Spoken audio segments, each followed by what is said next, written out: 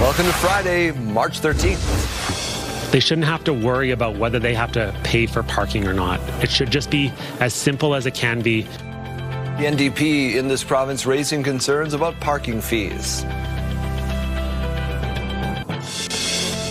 It's unfortunate because we don't hear it very often. And then to have two, like right back to back sort of thing. All roads open in Saskatoon after a second overpass hit this week. We are on track for a launch as early as April 1st. After repeated delays, Canadian Jeremy Hansen and his Artemis 2 mission crew are set to head to the moon. Stay with us, Saskatchewan. Your morning starts right now.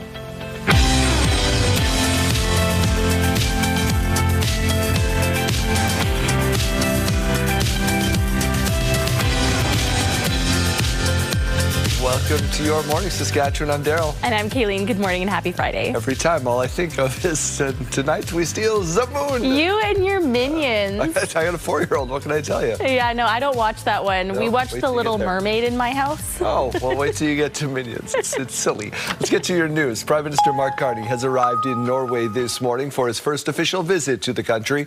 The trip will see him meet with Nordic leaders with hopes of deepening defense cooperation in the Arctic. Today, the Prime Minister will meet in the Arctic Circle with Norwegian Prime Minister and the German Chancellor. The three will also observe NATO troops practicing a military exercise called Cold Response, which will include a number of Canadian Special Operations Forces. Tomorrow, he will move on to Oslo for more meetings, which will include the Norwegian, Swedish, Danish, Finnish, and Icelandic leaders. We're taking full responsibility for defending our sovereignty, and we are unleashing a range of new economic opportunities. Meanwhile, Prime Minister Mark Carney announced $35 billion worth of Arctic defense and infrastructure yesterday in Yellowknife. The money was set aside by the Trudeau Liberals 4 years ago. The investment includes $32 billion for expanding air bases in Yellowknife, Inuvik, Iqaluit, and Happy Bay Goose Valley. There's also $2.6 billion to build new support hubs in Whitehorse and Resolute. Prime Minister Carney also said he wants to better connect with the North, referring to new proposals to major projects offices. That includes the Mackenzie Valley Highway, which aims to connect Yellowknife and Inuvik. Iranian state TV read out a statement attributed to the new supreme leader. In his first statement since taking the post, he vowed to keep blocking the Strait of Hormuz. The threats of attack of the shipping lane has caused fuel prices to soar. The U.S. is now easing sanctions on some Russian oil in an effort to raise supply and lower prices. The Saskatchewan NDP have introduced a bill which bans parking fees for cancer patients at all Saskatchewan Health Authority facilities. The bill stems from a Prince Albert cancer patient who was stripped of his parking pass in 2024. The NDP say the change could easily be done as other government-run facilities in the province, such as casinos, offer free parking. I can't imagine what it is like to have to be at the hospital to get radiation or get chemo on a regular basis. And I think when people are struggling with that, they shouldn't have to worry about whether they have to pay for parking or not. It should just be as simple as it can be. So you get in, you get your treatment, you work on getting healthy. That should be what it's about. The government of Saskatchewan responded to the bill saying the policy is probably going to stay as is. I can't believe a second overpass hit in just a short period of time in your city, Jeremy. Yeah, it happens, every 7 to 10 years. Now I've had two in a span of 6 days. And it was a semi hauling an over-height load this week. The second, as we said, in a 6-day span. CTV's Stacey Hine now with a closer look at how incidents like these are handled. For the second time in less than a week, a Saskatoon overpass has been hit by a semi hauling an overheight load. It happened around 5 p.m. Wednesday on the 108th Street overpass over Circle Drive, causing major traffic backups.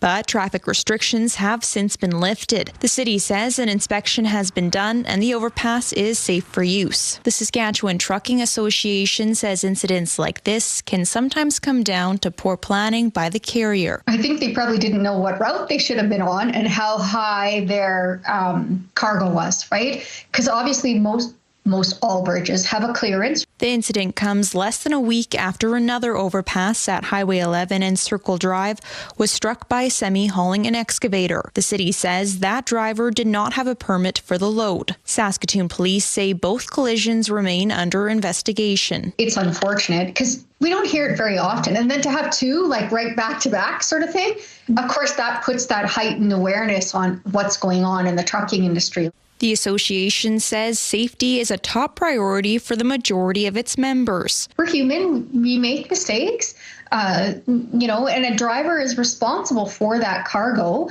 moving it from point A to B. But the company also has they're overall responsible for everything that goes on. In a statement, SGI says it couldn't comment on these specific incidents, but it says depending on the company's record, penalties could be assessed, which may include safety directives or restrictions on the company's operations. The city says it plans to pursue legal action to recover costs from the overpass strikes. Meanwhile, Saskatchewan Highway Patrol says these incidents are avoidable and urges operators to follow height and load regulations to keep the roads safe. Stacey Hine, CTV News, Saskatoon.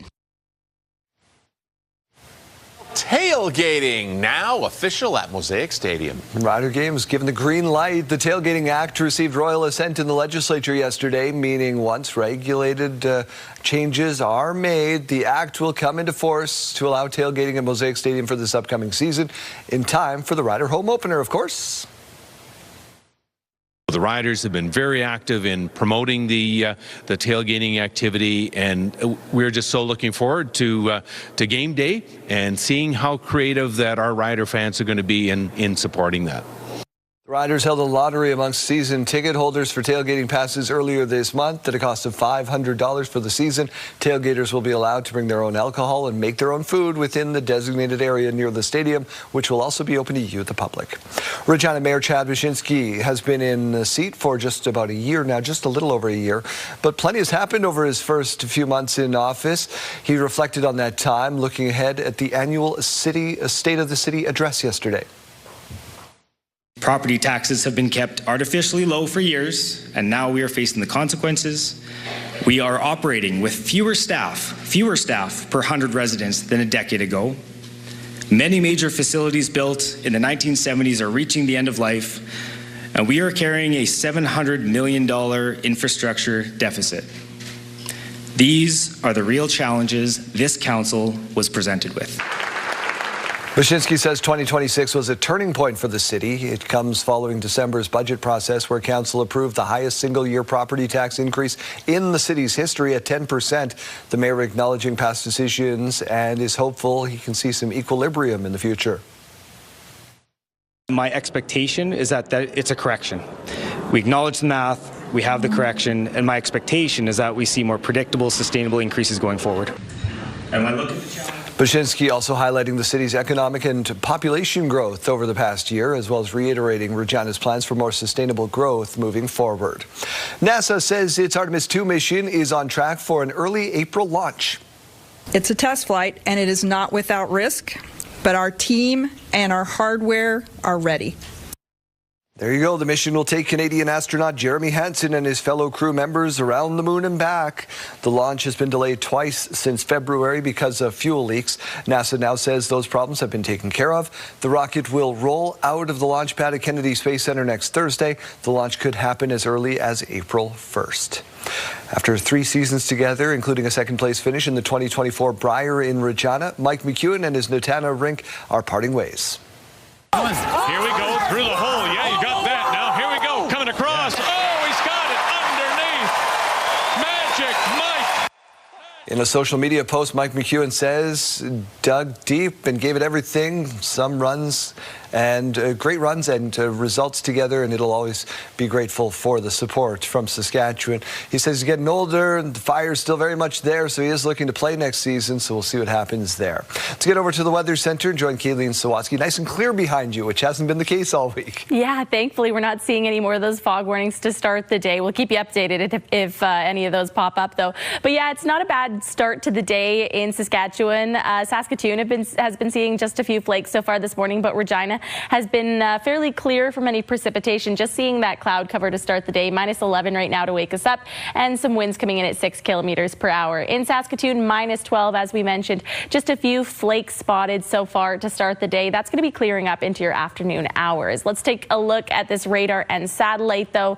That winter storm warning that you're seeing on the screen, not for us. That is still existing in some parts just south of us into the United States. In Saskatchewan, though, we're just talking about a small system that's been making its way through the province overnight. Right now, we can see it between Prince Albert and Saskatoon there on your screen, that spot of purple. Into the afternoon hours, we see it kind of stopping and going in some places down through the Parkland region. Regina could be seeing just a few flakes into the afternoon, down through Estevan as well. So we're not worrying too much about it, but it could just be a bit of a stop and go situation with a few light flurries. Into Saturday afternoon, we do see some more popping up in the southwest corner of the province. So if you're waking up with us from Swift Current, could see again just a little bit more of that snow tomorrow morning and into the early afternoon. By the end of the day today, Saskatoon, Regina, Moose Jaw, and Yorkton all expecting just about 1 centimeter of snow. So it's not going to be a whole lot, but it is going to be impacting your day just slightly. Other than that, we're expecting a mix of sun and cloud for most places. -12 for Prince Albert, -11 for the Battlefords, -11 in Saskatoon this afternoon, -6 in Regina, and -5 expected for both Weyburn and Estevan. A little bit more of that sunshine expected down in that southeast corner of the province today. Your 7-day forecast showing that we are going to be dropping off for the temperatures just slightly for your weekend. -8 on Saturday in Regina and -9 on Sunday. Expecting just a little bit more of that sunshine on Sunday. A few more of those flurries could be coming on Monday, -7, and then some rain expected on Tuesday as we get up to 3 degrees. Take a look at that Thursday temperature, though, getting into double digits for Regina. 14 degrees is what we're currently projecting. However, the winds could be gusting up to about 60 kilometers per hour for Regina and Saskatoon on that day. -12 tomorrow for Saskatoon, -10 on Monday. Again, expecting some more flurries on Monday, -5, up to 2 degrees on Tuesday. Expecting that precipitation to be falling in the early morning and then pushing away from the city in the afternoon. 5 degrees on Wednesday and 7 by Thursday.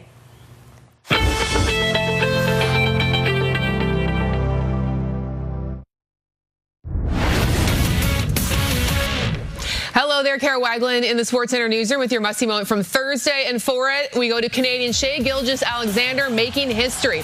Thunder take on the Celtics. SGA sitting on 19 points. He hits the long jumper for his 127th consecutive game, scoring at least 20 points, passing Wilt Chamberlain's record that had stood for over 63 years. Shea's current streak started all the way back on November 1st, 2024. An unbelievable moment for the Hamilton, Ontario native.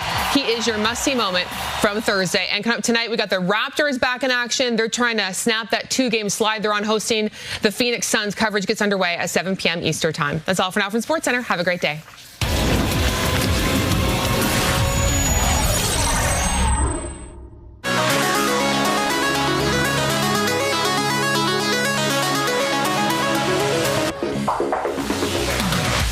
All right, in case you missed it, some exciting news. Regina's mayor has revealed some new stores that are coming to town. We have a new large Skechers store coming, an Under Armour store, and I know Blair gave me permission to talk about this one. And I know my kids are going to be excited. Regina's very own crumble cookie. So there you go. It's going to fill the void left by Cookies by George. There are more than 24 stores in Canada, with Saskatoon having the only one in Saskatchewan right now. No longer. Yeah, that's going to change soon. You said this is I'd never heard of it. Oh, okay, so this is a thing. Oh, boy. Yeah, I used to get them years ago when you go to the States, and then they came into Canada, but super delicious, super filling. I think each cookie is like 700 to 800 calories. Oh. It's like a whole meal's worth of calories. Each cookie is like a little cake. Yes. Okay, that's how it was described to me. Okay. Very good, little pricey, but they also have something that my wife and daughter are really into, is their dirty sodas. Oh, this yes. selection of pretty special. Yeah. They're really good. But so. I will say the strawberry cheesecake crumble cookie, I would eat one of those every single day. Well, after that free advertising, send us a batch of them. Let's get to our question of the day.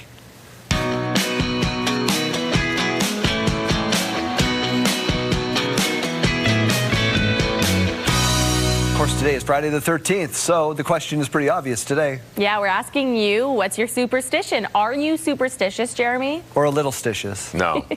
No, not superstitious at all. I think I used to be, like in my teens. I would read my horoscope and things like that. But as I have aged, I maybe grew out of it. I don't really believe in that. Patty Levitt-Reid from BNN Bloomberg had the best one. She won't go up the stairs if somebody else is coming down the stairs. She will wait for you. I don't know why she said she does this. It was something she got from her mom. But if she's walking up the stairs and somebody's coming the other way or coming up behind, she will stop and she will wait until the path is clear and then go. Okay, all right. And she said it was a superstition. Okay. Do you have one? Not really. I used to put my hockey gear on left to right. I don't know. No. Felt like I played better. I don't know. Okay, all right. Well, we want to hear from you. Since it is Friday the 13th, text your name and your answer to 10400. Standard message rates may apply, or you can scan that QR code on your screen.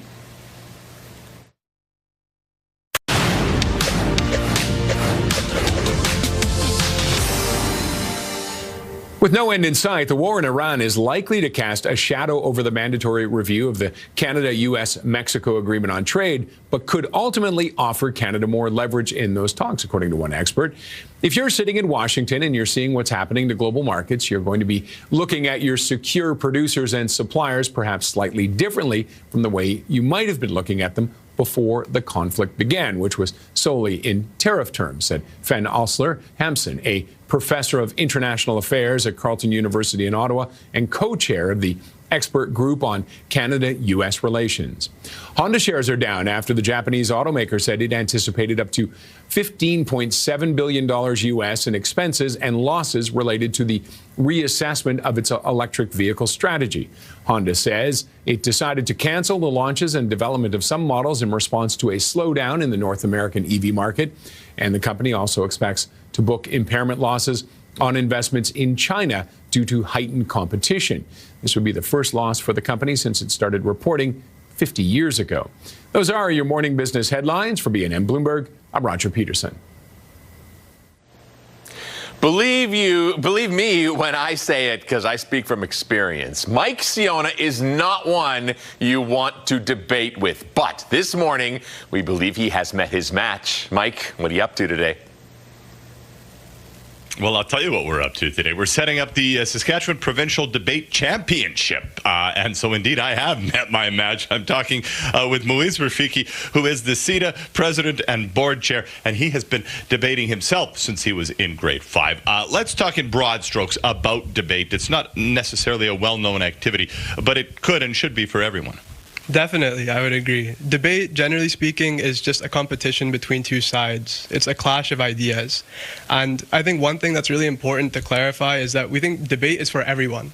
In Saskatchewan especially, debate is an activity through CETA that all kids can participate in. We have an amazing support network through a variety of public schools. We have our own debate academy that anyone can participate in. And so we very much encourage all people to take part in it. Also, debate in Saskatchewan is very much a community activity too. It's not something that's isolated. All of our events involve families. They involve parents coming in to coach the same way they would at any sports activity, to come supervise the bleachers. And so it really is something that brings everyone together in a meaningful way. And now I also think that there's probably a ton of real-world applications beyond just, the formal competitive nature of debate at the high school level or even before that, as the case might be. Let's talk about this event specifically this weekend and what it will foster in terms of, personal growth and development for the debaters. When you think about what we want in our leaders for the future, you would think, one, you want people to be able to communicate clearly, right? Be able to speak their mind with eloquence, to articulate their thoughts.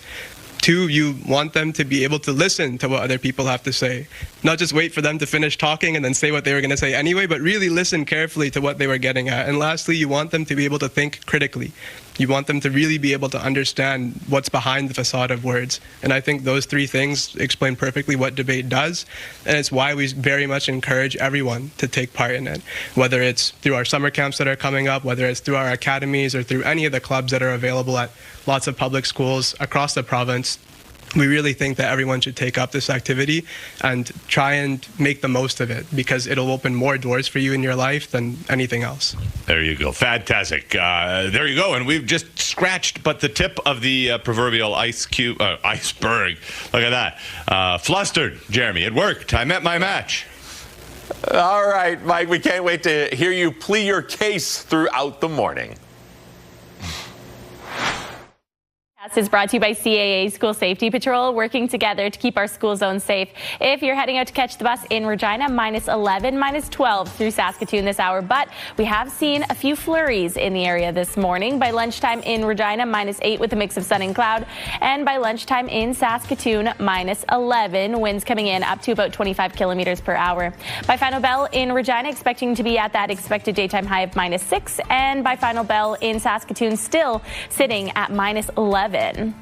As we go to break, here's a look at those gas prices in Regina. The common price, $149.9. You might find it for as low as $122.9. In Saskatoon, the common price is still $150.9 this morning, but you might find it for as low as $137.9. In the farm markets this morning, we find the street price of canola at $663.33 per ton. The futures price $733.30 per ton. Amber Durum wheat now sits at $278.59 per ton, and red spring wheat at $268.68 per ton. The Canadian dollar continues to trend down. It's at 73.44 cents U.S. She's got a new single and a baby on the way. We're in conversation with Jess Moskaluke in about 15 minutes. Stay with us.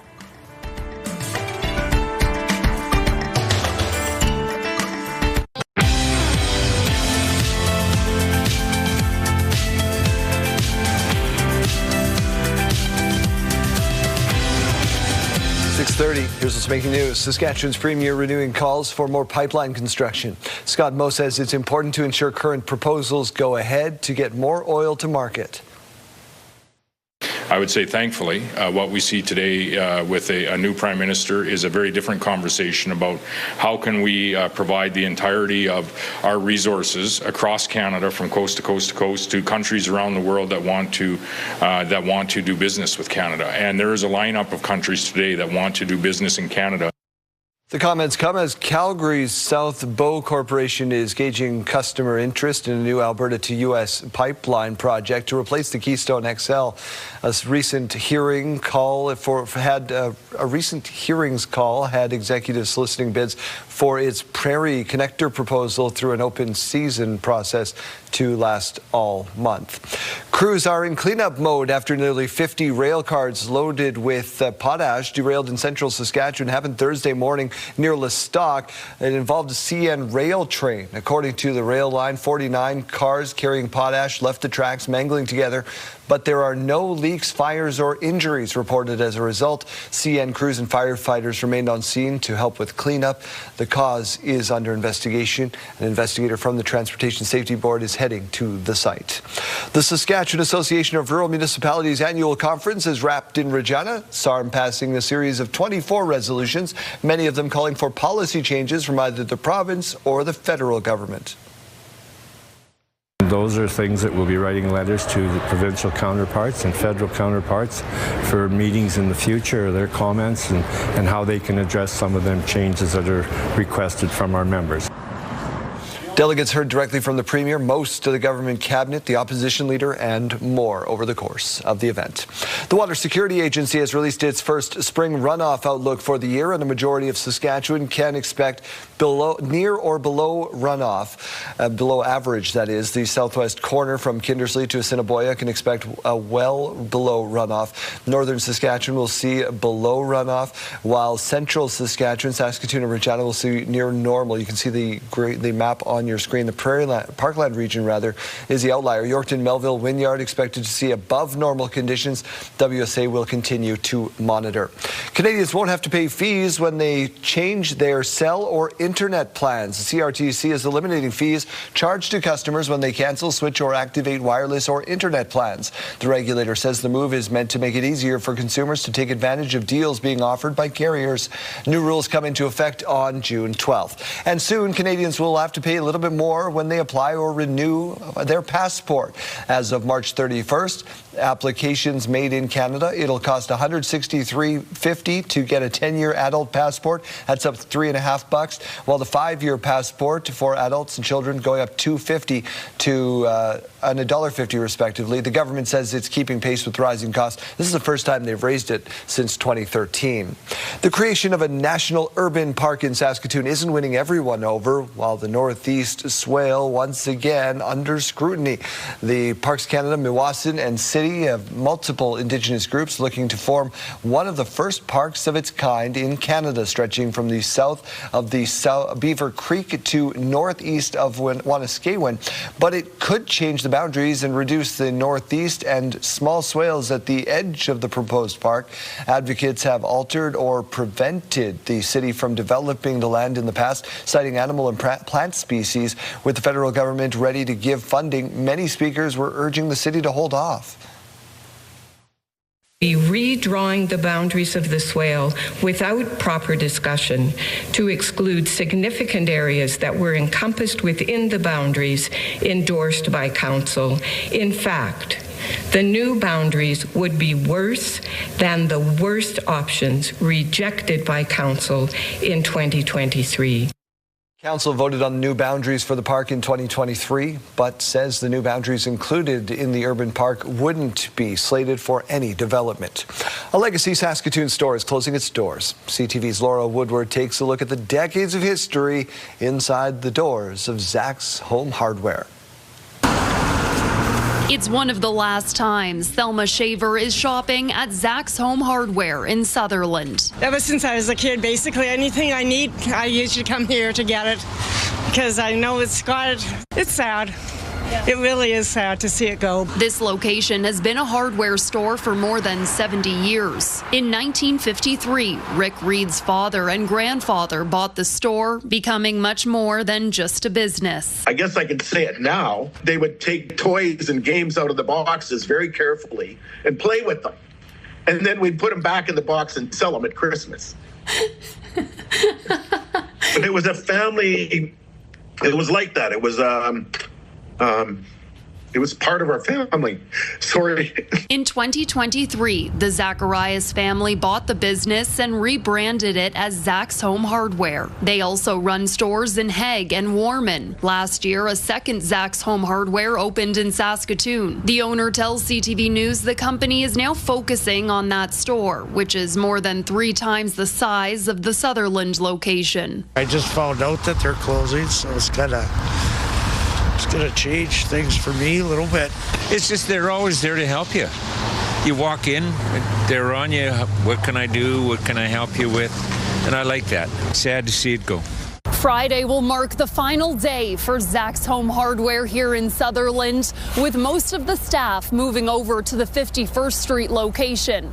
The owner is thanking his customers, some who have been shopping here for decades. Laura Woodward, CTV News, Saskatoon. The times they are a-changing. So is the weather, Kayleen.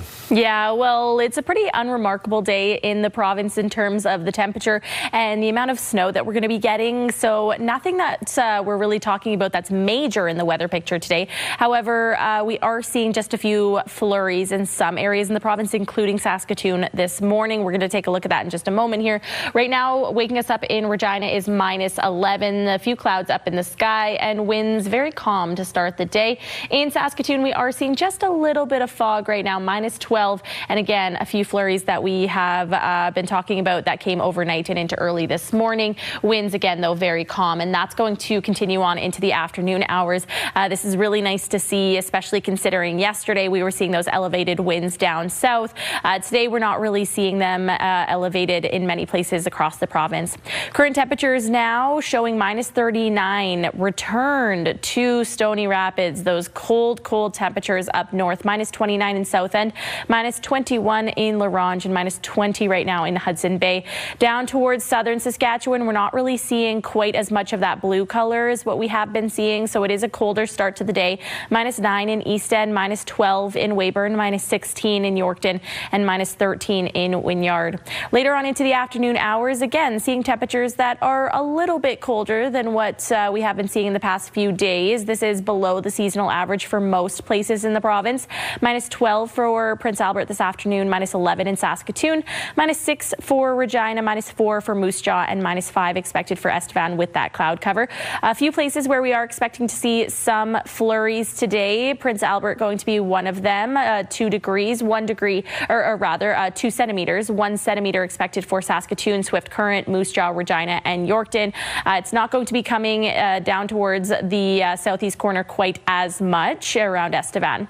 Your 5-day forecast showing that temperatures are going to be dropping off slightly for our weekend. In Regina, we're expecting -8 on Saturday and -9 on Sunday. A little bit more of that sunshine expected for Sunday. On Monday, we will likely be seeing just a few flurries. It's not going to be all day long, but -7 on that day and 3 degrees expected on Tuesday. In Saskatoon, dropping off to -12 tomorrow, so just slightly. -10 on Sunday, -5 on Monday with a few of those flurries, and 2 degrees on Tuesday. Again, expecting to see just a few flurries in the morning, tapering off for the afternoon.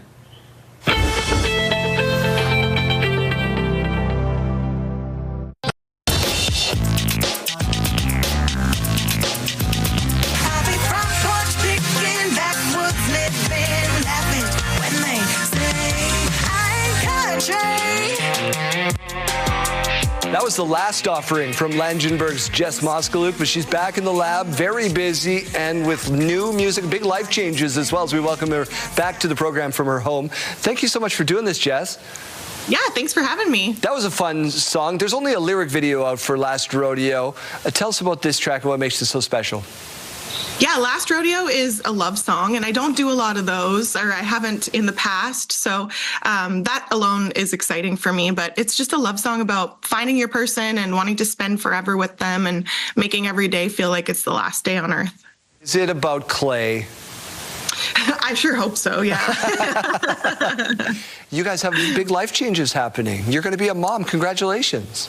Yes, thank you so much. Yeah, we're due in April, so it's coming up quick. You toured. That means your entire first trimester, you were pregnant. Like, how did that go?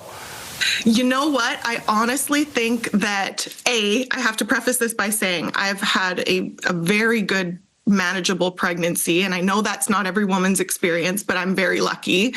But B, I've also been touring for very many years, and touring itself is so exhausting that I think I didn't notice the first trimester exhaustion because I just would have been tired anyway. So the first trimester was not too bad. I'm starting to feel it in the third now, though.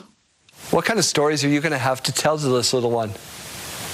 I don't know. They were there for everything. I mean, it can't get too crazy. There's not a lot that you want to do crazy while pregnant, but it's pretty cool that they got to tour just about every province in Canada before they ever were Earthside. So that's kind of cool in itself. This is going to shape the way that you write future songs like Last Rodeo going forward? Maybe. It's hard to say at this point. I mean, we're all just kind of guessing for things in the future, and I have no idea what the future really looks like. But I imagine it'll shape some things. Fans want to send you all kinds of baby gifts. Where do they send them? To the town office in Langenberg? Sure, yeah. Just drop them off at my mom's, Just drop off at the town's office. When people hear Last Rodeo on radio stations like Pure Country 92.7, that'll be streaming it on the iHeartRadio app. What do you want people to take away from it? I just think that they can have some fun like I did. Like, I kind of got lost in yes, it's a love song, but I also feel, and it is about Clay and about our experience, but I kind of got lost in playing a character a little bit as well, because it felt very like Yellowstone vibes and kind of like Lonesome Dove, like Old West kind of thing. So I hope that they hear some of that in it. We've known each other for a dozen years at this point. You've been told no along the way a lot, right? No, you're never going to make it as this. No, you're never going to tour here. And if you've cleared all those hurdles, you're probably told, no, you shouldn't tour when you're pregnant. What do you say to people out there, young girls who have big, ambitious dreams like you did, coming from small town Saskatchewan, who want to accomplish all their big dreams but have heard no? Do it on your own time. The thing that's so funny is that I've heard no so many times in my life and in my career, but I've also heard, well, you're getting too old to have kids. You're getting too old to do this. Or, people really want to put you on their timeline, and the only one that matters is yours. I'm so thankful that we waited. We've got a stronger relationship than we ever did.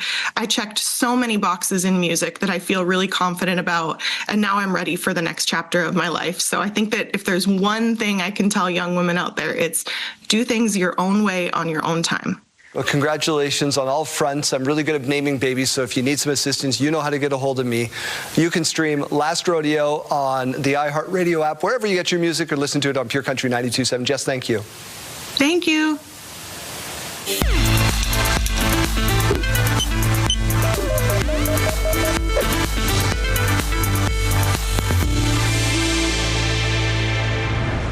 Blood clots are the third leading cause of cardiovascular death in Canada.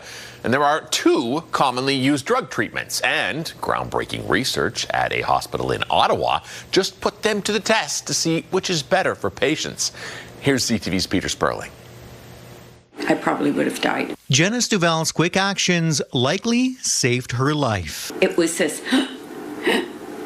and I just couldn't breathe properly, and that's when I called 911. Help arrived. She says one of the last things she remembers before getting to the hospital. The ambulance attendant said, "Look at the size of her foot." It was a blood clot in her leg that moved into her lungs. Blood clots are very unforgiving once you get them and they start to travel. It's it can kill you.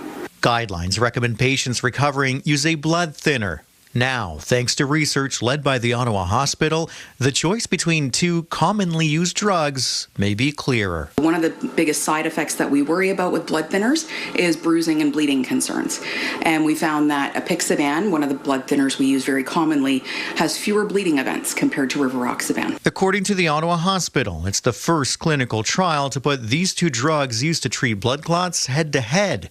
It found apixaban is a clear winner. And the results are very exciting. We have shown that one blood thinner is safer with respect to fewer bleeding complications than another blood thinner. The international clinical trial, with nearly 2,800 participants from around the world, now published in the New England Journal of Medicine. This is very exciting for all of us.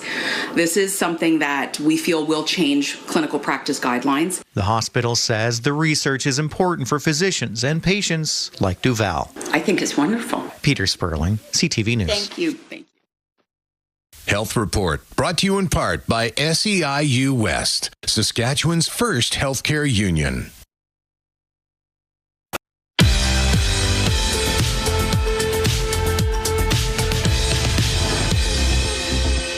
It's March 13th, and we have these milestones to share with you. We'll start off with a big happy birthday going out to Boston. He's turning 2 years old. Lots of love from your mom, dad, big sister Emerson, your puppies. Have a great day.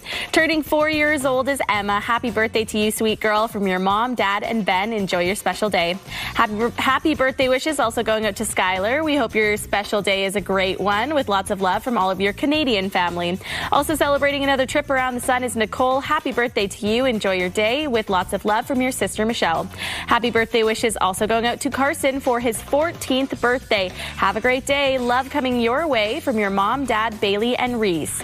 Looking forward to the weekend now. We got this email to wish his wife Karen a very happy repeating 29th birthday on Saturday. Have a great day. Your family loves you so much. Also celebrating tomorrow is Everly. Happy 8th birthday. Lots of love from your mom, Paisley, auntie, papa, and grandma. And finally, a big happy birthday going out to Cody. We hope you enjoy your weekend of celebrations. Love coming your way from Kate, Harrison, Laura, and Nathan. Milestones, brought to you by Harbor Landing Village, an award-winning senior care and living community in Regina.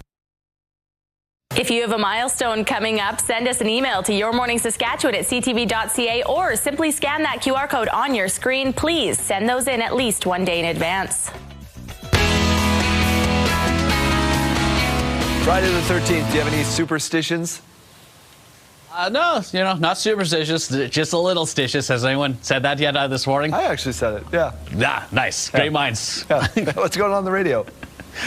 Today, we're kind of reminding you what's coming up on Monday. We're going into the weekend right now. That's fantastic. But Monday, it's going to be a good one here, too. We got the $50K payday that will be starting up for you. You could win a check for $50,000. Daily prizes of $500 with that as well. And then our Glow Pitch registration also kicking off on Monday. So get the details, purecountry927.ca. Don't forget, though, this morning, single-day passes for Country Thunder will be going on sale at 10 a.m. And Megan from the Country Thunder crew going to be joining us later on in the day on the show here. And I think she is bringing some single-day passes to give away. So that will be coming up this morning after 9 o'clock.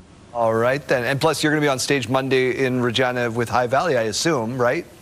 I would imagine so. If I can wiggle my way past security anyway. Yeah, washboard or something you can play, I'm sure. Yeah, exactly. Triangle.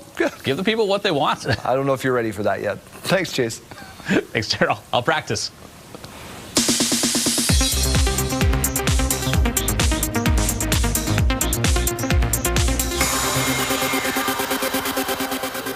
A founding host of Telemiracle and Saskatchewan musician has died.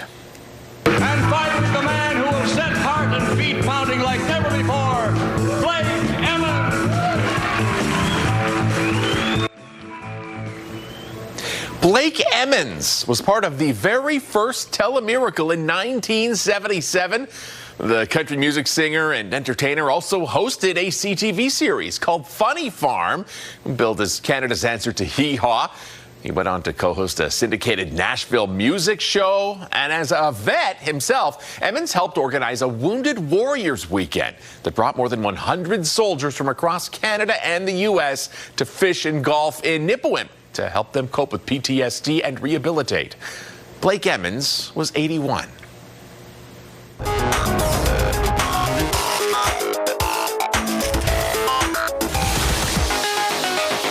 Sidebar today, want to show you a very cultured canine.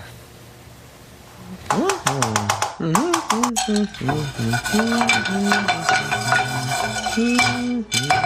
for the golden won't eat his food unless Dad prepares it the way you'd prepare his own food. You know, chop it up. Come on. Chop it up, do the whole thing. Yeah. I bet if you just leave it there, you would eat it. Having a golden retriever myself, I got to tell you, that dog will eat your leg if it gets the chance. Yeah, like, just, exactly. Is it food? I'll eat it. Like, this is very much for social media. All right. That's fun. Well, do you know of any pranksters? Uh-huh. Yeah, here's what it must be like to live with one. Oh, man.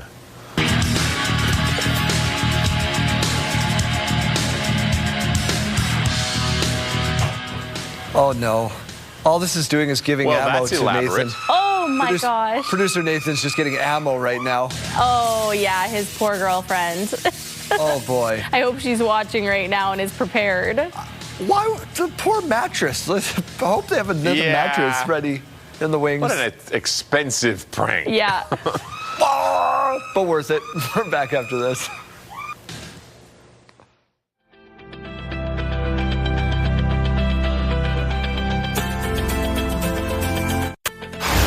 It's Friday, March 13th.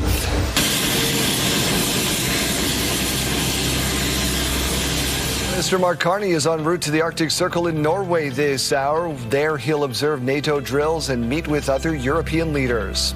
Crews in cleanup mode after nearly 50 rail cars jumped the tracks with potash in them in central Saskatchewan.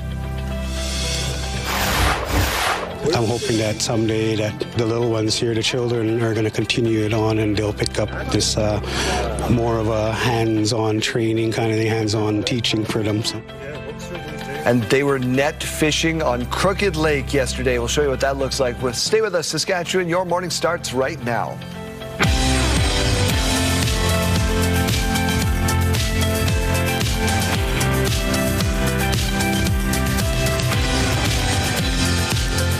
Welcome to Your Morning Saskatchewan. I'm Daryl. And I'm Kayleen. Good morning and happy Friday. Heard Chase say those single-day passes go on sale for Country Thunder today. If you're buying one day, are you buying Riley Green? Are you scream singing some Creed power ballads? Or are you going to Lainey Wilson? I'm going to Creed if it's me. What about you? Power ballads all the way. How often are you going to see Creed rock out in the Craven Valley? I don't know. Pure Country's giving away some tickets, by the way. You can stream them on iHeartRadio. Let's get to news. Prime Minister Mark Carney in Norway this morning. He'll observe some military operation demonstrations as part of NATO's exercise Cold Response. This year, about 25,000 troops from 14 different nations are taking part in the exercises aimed at enhancing NATO's Arctic military capabilities. Later today, Carney will be meeting with the Prime Minister of Norway and the Chancellor of Germany. We're taking full responsibility for defending our sovereignty, and we are unleashing a range of new economic opportunities. Meanwhile, the Prime Minister is also going to do some other fun stuff, like announcing $35 billion worth of Arctic defense and infrastructure yesterday in Yellowknife, rather. The money was set aside by the Trudeau government 4 years ago. The investment includes $32 billion of expanding bases in Yellowknife, Inuvik, Iqaluit, and Happy Valley Goose Bay. There's another $6 billion in aid for Whitehorse and Resolute. Canada is pledging $37.7 million in aid for Lebanon as attacks continue from Israel.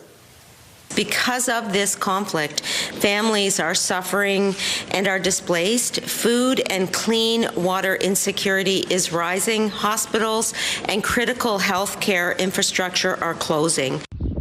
Ottawa says they'll work with UN agencies as well as organizations like the Red Cross and Humanity and Inclusion Canada to ensure aid goes to where it's needed in Lebanon. Fighting between Hezbollah and Israel has picked up again since the war in Iran started nearly 2 weeks ago.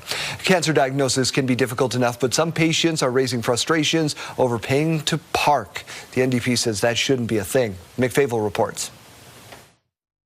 Since the province stopped giving cancer patients free parking a few years ago, the Saskatchewan NDP have been calling for the government to reverse their decision. Today, the NDP brought forward a bill which would give those patients free parking again at all health authority facilities. I can't imagine what it is like to have to be at the hospital to get radiation or get chemo on a regular basis. And I think when people are struggling with that, they shouldn't have to worry about whether they have to pay for parking or not. It should just be as simple as it can be. Dennis Ogrodnik from Prince Albert has terminal cancer. In 2024, he and others were in the chemotherapy unit when they were told their parking privileges were being revoked. Since then, he has been advocating for change. People don't realize the out-of-pocket expense once you're given that diagnosis. Canadian Cancer Society says it's anywhere from $300 to about $900 a month in out-of-pocket expenses, and the majority of the expense, or the biggest expense for a cancer patient, is transportation and parking. The government of Saskatchewan says parking fees that are charged go back into maintaining parking lots, and the policy in place now is consistent across the province. And when we look at any kind of diagnosis that an individual has, how do you choose one over the other? And right now the policy that is in place is consistent throughout those tertiary centres. The NDP says other government-run places in the province, such as casinos, offer free parking. Cancer centres should be no different. When asked if the government of Saskatchewan is open to supporting the bill, Carr said the policy is probably going to stay as it is. Mick Favel, CTV News, Regina. Changes to provincial law allowing tailgating at Rider games. The Tailgating Act received royal assent in the legislature yesterday, meaning that once related regulatory changes are made, the act will come into full force, allowing you to tailgate for just in time for the Riders' home opener. The Riders have been very active in promoting the tailgating activity, and we're just so looking forward to game day and seeing how creative that our Rider fans are going to be in supporting that. Riders held a lottery for season ticket holders for tailgating passes earlier this month. Cost about $500 for the season. Tailgaters will be allowed to bring in their own booze and make their own food within the designated area near the stadium, which will also be open to you. Jeremy, over to you for an update on that overpass. My goodness. Yeah, Daryl. All roads and overpasses in Saskatoon clear and open, as usual, this morning, after the city's latest damaged overpass was deemed safe yesterday. The 108th Street overpass over Circle Drive struck around 5 p.m. Wednesday. A semi hauling an excavator on a flatbed was seen parked near the overpass after the incident. In a statement to CTV News, the city said engineers will conduct a secondary damage assessment to determine what repairs might be needed, but says the overpass remains safe for use. Probably didn't know what route they should have been on and how high their cargo was, right? Because obviously most all bridges have a clearance. It is the second overpass strike in a week after the Highway 11 and Circle Drive overpass was hit last Thursday. The creation of a national urban park in Saskatoon is not winning everyone over, with the Northeast Swale once again under scrutiny.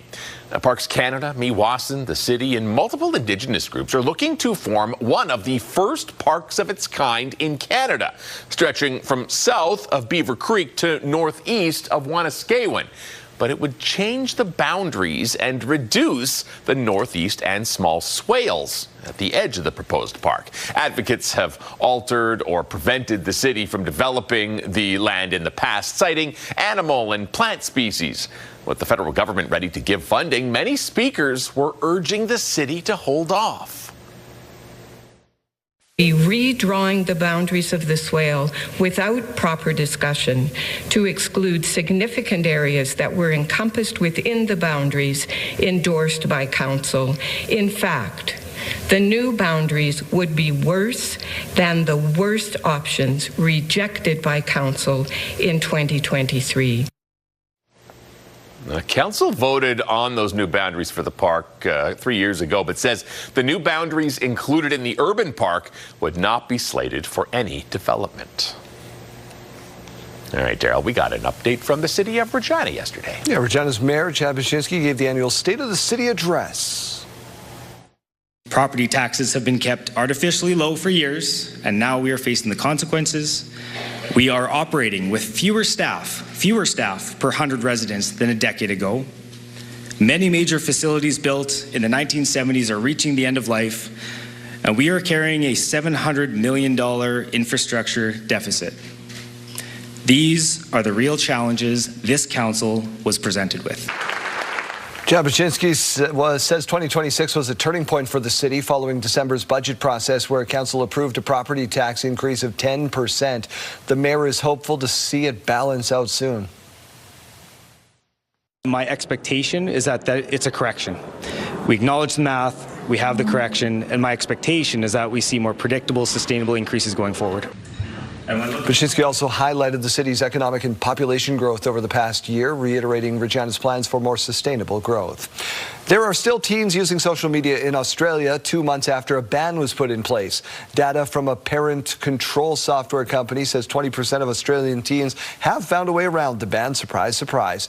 The Australian government is doing its own tracking on the effectiveness of the ban, but those numbers aren't quite released yet. Australia has said it will take time for platforms and users to adapt. Federal government has introduced new legislation giving law enforcement new power to access evidence online. It is not about surveillance of Canadians going on about their daily lives. It is about keeping Canadians safe in the online space. This is the government's second try at the lawful access legislation. Their first try didn't go over well with privacy advocates and forced them to go back to the drawing board.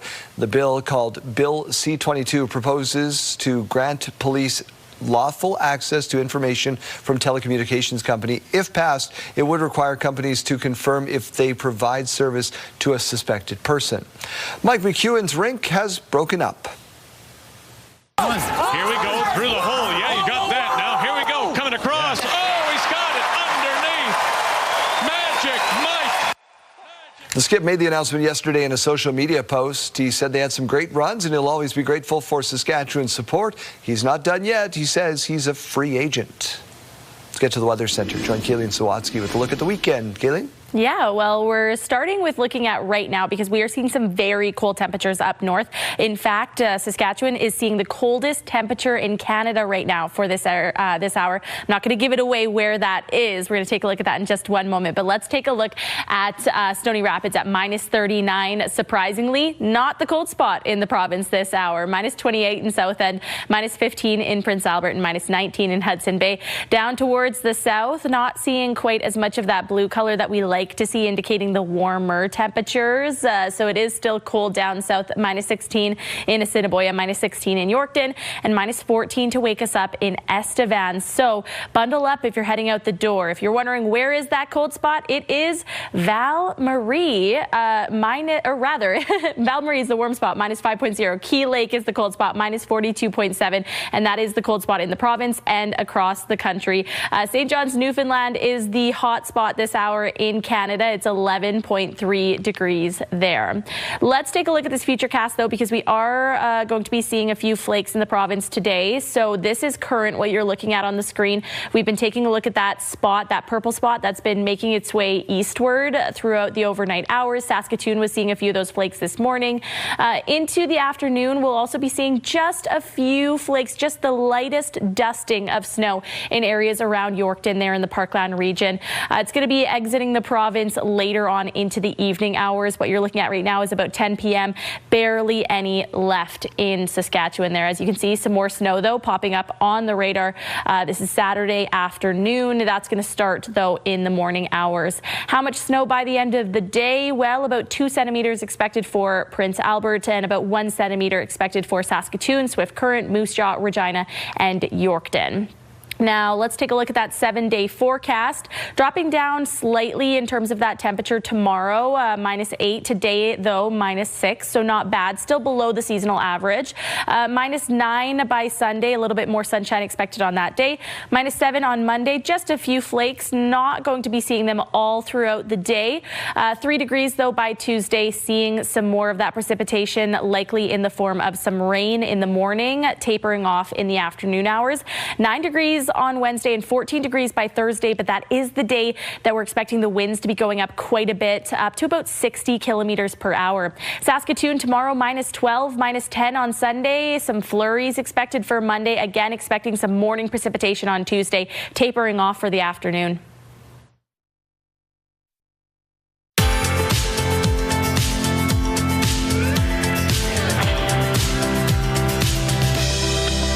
Time now for a look at our rural forecast for this afternoon. Spiritwood with that cloud cover, -13, -9 for Wynyard, and a little bit warmer through Outlook this afternoon, -6.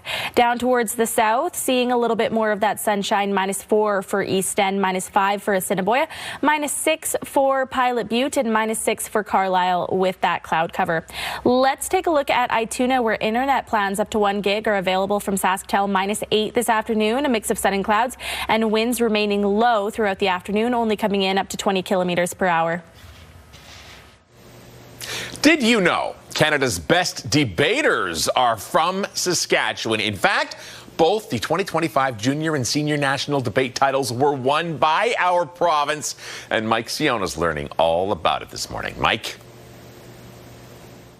Yeah, that's an excellent statistic, Jeremy Dodge. And in fact, at last year's Senior Debate Championships, the Nationals, 3 of the top 8, so 3 Saskatchewan teams qualified for the quarterfinals. And one of them, Ibrahim Hamada, who joins us now from Walter Murray Collegiate, was in grade 10 last year and made it to the quarterfinal round at Nationals. Talk to us about that experience last year. It was great. We were able to host the Nationals here in Saskatchewan, so the best teams from all around the country came to our home court.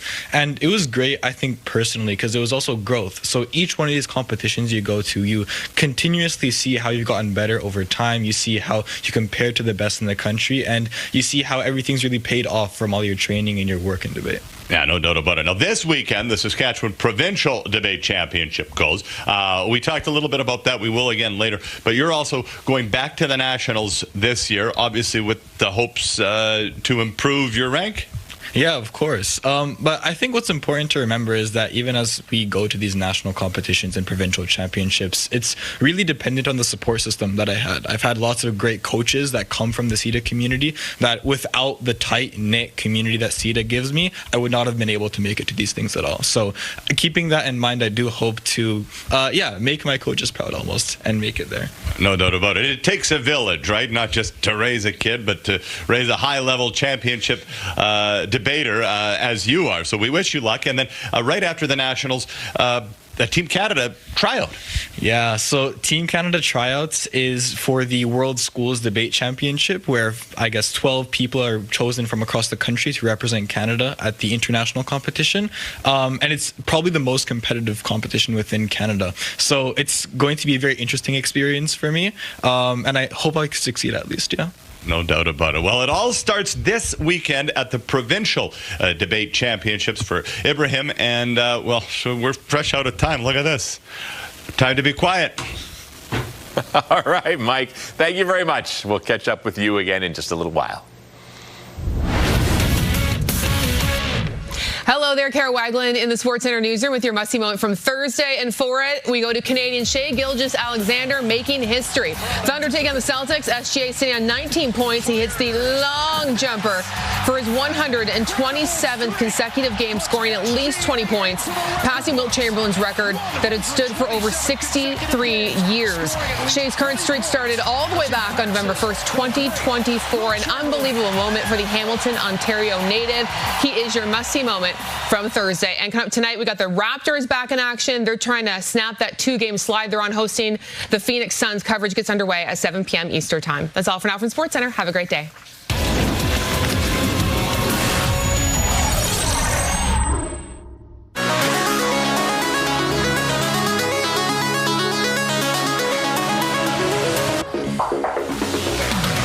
Single-day passes for Country Thunder Saskatchewan go on sale today.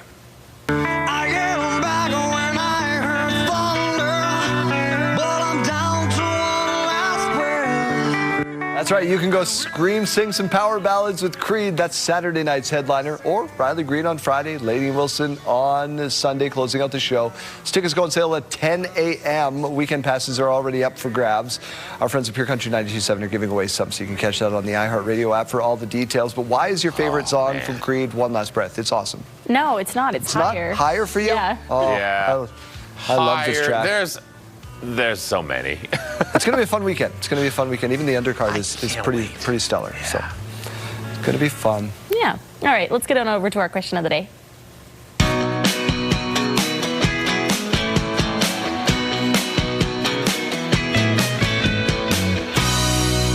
Can't wait to hear some of these. Yeah, so favorite superstitions? There's a few so far. I'd like to see some more in our inbox, but superstitions so far. This first one says, I don't have any superstitions about Friday the 13th. As I was born on a Friday the 13th, always have good luck. Must buy lottery tickets today. Good luck. Must also share. Happy birthday. This one coming in from Heather on X. If you spill salt, make sure you take a pinch of that spilled salt and throw some over your left shoulder. I never remember what shoulder it is. Yeah. I'd start throwing salt. Well, you're going to have bad luck then. All right, well. Okay, Nathan saying, drives me nuts when the volume on a device is not an even number. Is that a superstition or is that just OCD? Yeah. I'm the same way, but I don't consider that superstitious. For me, it's not necessarily just even numbers. I love multiples of 5. Anything on a multiple of 5, very satisfying. Okay. All right. Richie Roy writing in saying, for good luck, I take my hat off when driving through an underpass. I haven't heard of that one before. I know people who lift their feet over cracks in the road. I know people who hold their breaths when driving past graveyards. Yes. But I've never seen the underpass thing. Do you know why they put a fence around a graveyard?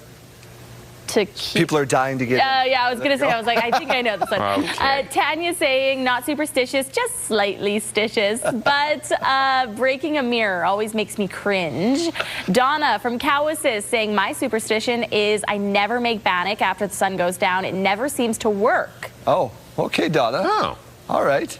All right, we want to hear from you, though. Text your name and your answer to 10400. Standard message rates may apply, or you can scan that QR code on your screen. Let us know on this Friday the 13th. What's your superstition?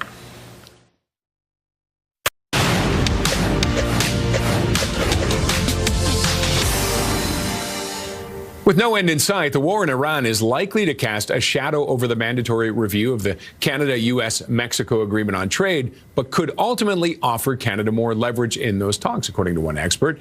If you're sitting in Washington and you're seeing what's happening to global markets, you're going to be looking at your secure producers and suppliers perhaps slightly differently from the way you might have been looking at them before the conflict began, which was solely in tariff terms, said Fen Osler Hampson, a professor of international affairs at Carleton University in Ottawa and co-chair of the expert group on Canada-U.S. relations. Honda shares are down after the Japanese automaker said it anticipated up to $15.7 billion U.S. in expenses and losses related to the reassessment of its electric vehicle strategy. Honda says it decided to cancel the launches and development of some models in response to a slowdown in the North American EV market, and the company also expects to book impairment losses on investments in China due to heightened competition. This would be the first loss for the company since it started reporting 50 years ago. Those are your morning business headlines. For BNN Bloomberg, I'm Roger Peterson.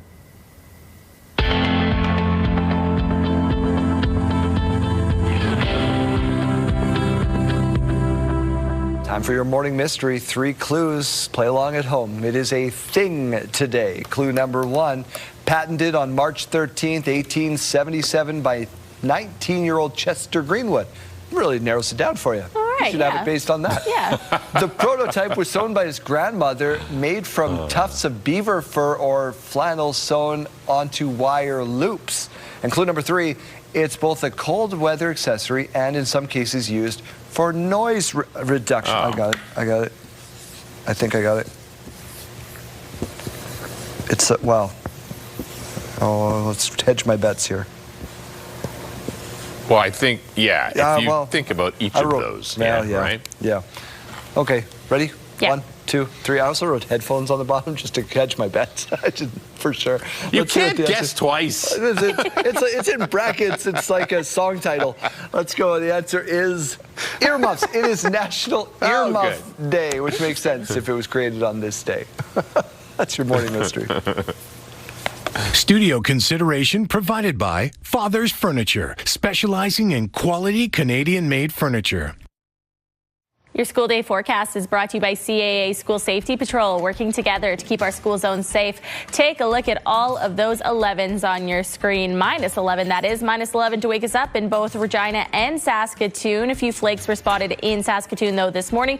Those will be completely out of the way by your lunchtime hour, -11, and by final bell also sitting at -11 in Saskatoon. By lunchtime in Regina, -8, and by final bell warming up to that expected daytime high of -6 with a mix of sun and cloud. As we go to break, here's a look at those gas prices in Regina. The common price, $149.9. The common price in Saskatoon is just above that at $150.9. The lowest you might find in Regina is $122.9, and you might find it for as low as $137.9 in Saskatoon. Over to the farm markets now. We find the street price of canola this morning at $663.33 per ton. The futures price, $733.30 per ton. Amber Durum wheat now at $278.59 per ton, and red spring wheat $268.68 per ton. The Canadian dollar continues to trend downwards. It's now at 73.44 cents U.S. When we come back, an update on the train derailment in central Saskatchewan. Stay with us for the details.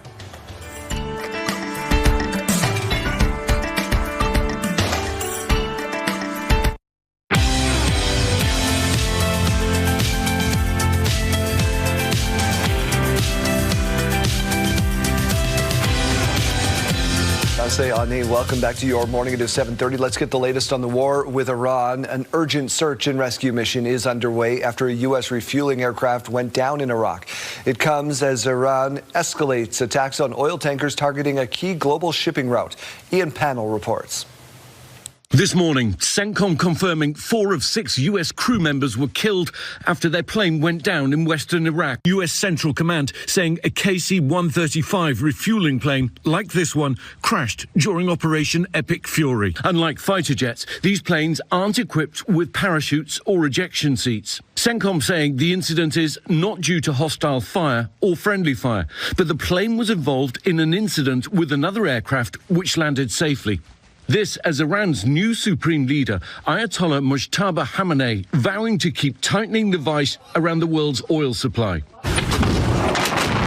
These tankers coming under attack off the coast of Iraq. Explosions and flames lighting up the night sky. In his first public statement, Khamenei, who's neither seen nor heard, insisting Iran will carry on its strategy, saying the leverage of blocking the Strait of Hormuz must certainly continue to be used. Overnight, President Trump asked if he believes the Ayatollah is alive. I think he probably is. I think he's damaged, but I think he's probably alive in some form. Energy Secretary Chris Wright saying the U.S. Navy won't be able to escort ships until at least the end of the month. All of our military assets right now are focused on destroying Iran's offensive capabilities. This as the conflict intensifying. Explosions ringing out throughout Tehran in videos seen online as thousands take to the street to mark International Quds Day in support of Palestinians. Smoke seen rising in the capital. And over 500 miles away in Lebanon, Israel now launching a growing assault against the militant Iranian-backed group Hezbollah, killing more than 680, according to local authorities. Our Matt Rivers in Beirut. There was another airstrike right there. You could see the flash. And then eventually the explosion reaches us here on the rooftop. The widening war taking its toll on civilians. UNICEF now saying more than 1,100 children have been reported injured or killed in the violence across this region. Ian Pannell, ABC News. Closer to home, Saskatchewan's Premier is renewing calls for more pipeline construction. I would say, thankfully, what we see today with a new Prime Minister is a very different conversation about how can we provide the entirety of our resources across Canada, from coast to coast to coast, to countries around the world that want to do business with Canada. And there is a lineup of countries today that want to do business in Canada. Mo says it's important to ensure current proposals go ahead to get more oil to market. A Calgary company is currently gauging interest in a new Alberta to U.S. pipeline to replace Keystone XL. Cleanup crews in full high gear after nearly 50 cars jumped the track with potash in central Saskatchewan. This one happened Thursday morning near Lestock and involved a CN rail train. According to the rail line, 49 cars carrying potash left the tracks, mangling together, as you can see on your screen. No leaks, fires, injuries reported as a result. CN crews and firefighters remained on scene. The cause is under investigation.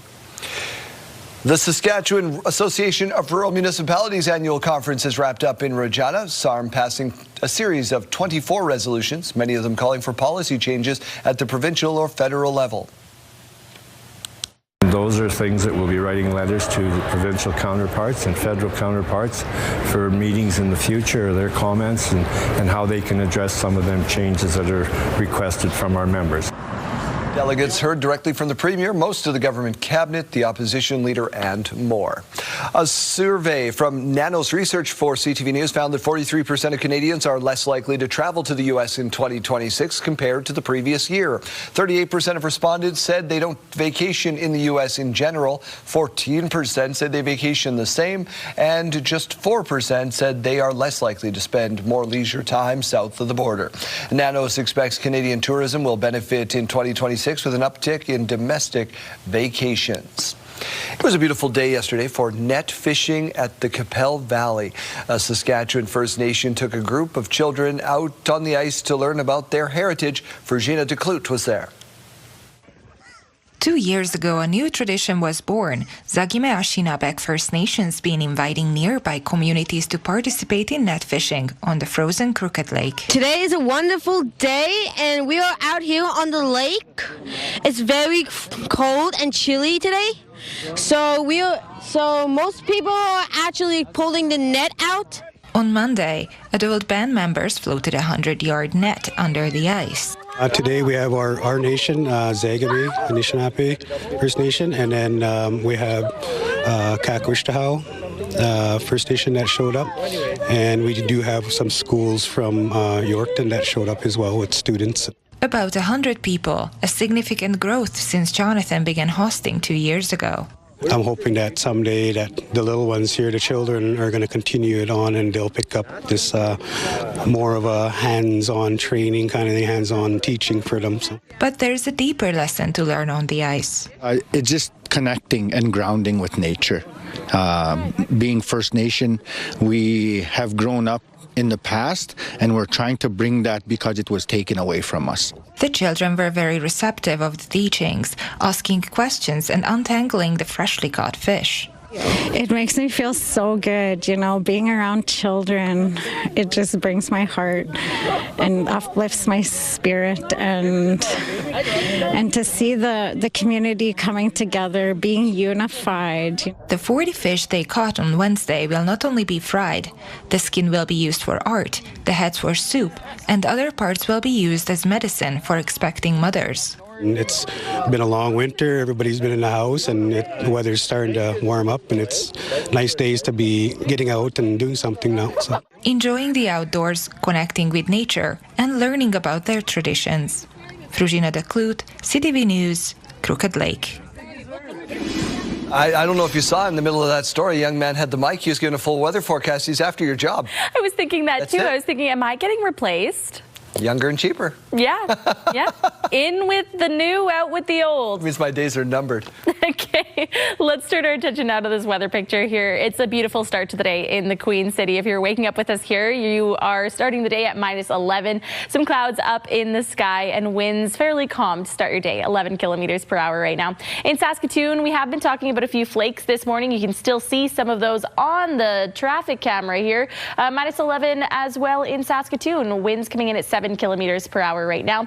Radar and satellite showing that we did get more than just a few flakes overnight in Saskatoon, but that is going to be pushing away from Saskatoon very shortly here, because we're not really seeing it on our futurecast right now. So we're not really going to be talking a whole lot about it into the afternoon hours or evening hours. We still see the largest chunk of that right along the eastern border there in Saskatchewan, north of the Parkland region.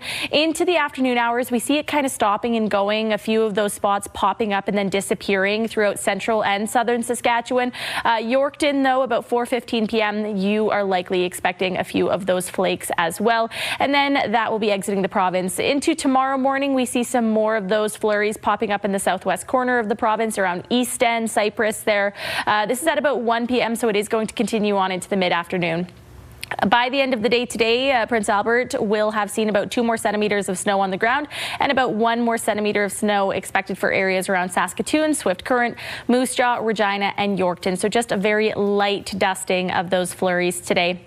Turning our attention now to that 5-day forecast. -6 is what we're expecting in the afternoon for Regina today. Again, a light dusting of some flurries, but mainly just a mix of sun and cloud. Dropping down to -8 tomorrow and -9 on Sunday, with the sun coming out a little bit more on that day. By Monday, -7, again expecting just a few more flurries. Tuesday morning, we're expecting to see some of the rain coming down from the sky. It's mainly going to be falling in the morning hours, tapering off into the afternoon. And we're going to start seeing some more of those positive temperatures, 3 degrees. By Thursday next week, we are expecting double-digit temperatures in Regina. However, the winds are going to be going up for that. In Saskatoon today, -11 throughout the afternoon. So not really going to be getting any warmer than where we're at right now. -12 tomorrow, -10 on Sunday. Again, expecting a little bit more of that sunshine on that day. And Sunday's the day we're not really going to be seeing any precipitation across the province, really. -5 on Monday with some of those flurries moving in, though, and 2 degrees by Tuesday. Again, expecting those flurries in the morning, tapering off by the afternoon.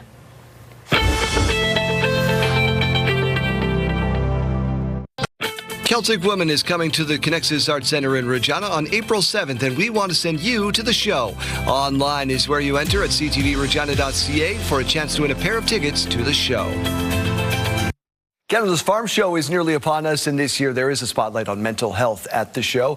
That's what we're discussing this morning with Kyle Russell, the VP of Operations and Experience at Real District. Thank you so much for coming in this morning. Yeah, thanks for having me, Daryl. Remind people, in case they landed from Jupiter, what Canada's Farm Show is all about. Canada's Farm Show is one of Real District's signature events. It brings the agriculture community right here to Regina.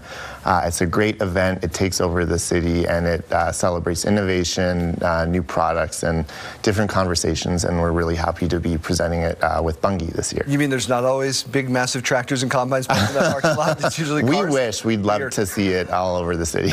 You are having a focus on mental health this year. Why was that so important, and how does this all work? Well, we've found that mental health is really a conversation that's not brought up a lot in the agriculture world. So, recent studies show that 40% of folks in the agriculture community have noted that they have concerns with mental health, but just don't really know where to start. So we thought that this would be a great place to start that conversation and let agriculture folks know that they're not alone. How do you start that conversation? Well, this is a great place to start, and we're actually having one session that is focusing on how to start the conversation with the Do More Ag Foundation. So they really focus on beginning with an anonymous conversation and making you comfortable with having that conversation to know you're not alone one-to-one, and then opening up that conversation further with your peers in the agriculture As industry. the show's developed, I know you guys reach out and you have a lot of conversations with people that are stakeholders in this event. Yes. What's the reaction to this? They're excited about it, and they think that this is exactly the way to go about it, to approach mental health without it being, a really scary thing and taking away that barrier of talking about mental health. What's a launch pad? What are you guys cooking up this year? The launch pad is a great place to get different areas of programming. So we've got everything from product launches on the launch pad presented by Deloitte to programming like our mental health content. We've also got content celebrating the International Year of the Woman Farmer this year. So it's a great place to get different programming throughout the 3-day event next week. And you're also talking safety. That's a key part of all farms. Oh, you bet. Yeah. So you're integrated with STARS on this? Oh, yeah. We're integrated with STARS. Safety is our #1 priority at both the event and in the industry. So we'll be focusing on innovations of safety. We've got a few product launches on safety. It's going to be a really great conversation this Let's year. get people there. Tickets, all that kind of information. When does the show start? When's it end? All that kind of stuff. Tickets are available at canadasfarmshow.ca or canadasfarmshow.com. Pretty much anywhere you search for Canada's Farm Show, Regina, Saskatchewan, you can find us. And we're on from March 17th to 19th. There we go. Kyle, thanks so much for being here. Yeah, thanks for having us. Here's what's happening in our community. The Collectibles Show happening at Northgate Mall, 489 Albert Street on March 14th. Starts at 10 a.m. Sports World at sastel.net for more. The 2026 Walk for Warmth happening March 14th at 1:30 p.m. 138 Fairford Street West out in Moose Jaw, 306-630-6121. A social dance happening March 14th at 2 p.m. Church of Our Lady at 566 Vaughan Street out in Moose Jaw, 306-630-1492. Ukrainian Easter Supper happens March 14th from 4 to 7 p.m. at St. Michael's Ukrainian Orthodox Church in Regina, 306-535-7853. And a Borscht and Pierogi Supper happening March 18th at 4:30 p.m. out in Kenora, 204 4th Avenue East. Submit your event to our community by visiting our website, ctvregina.ca, and click on Community Calendar.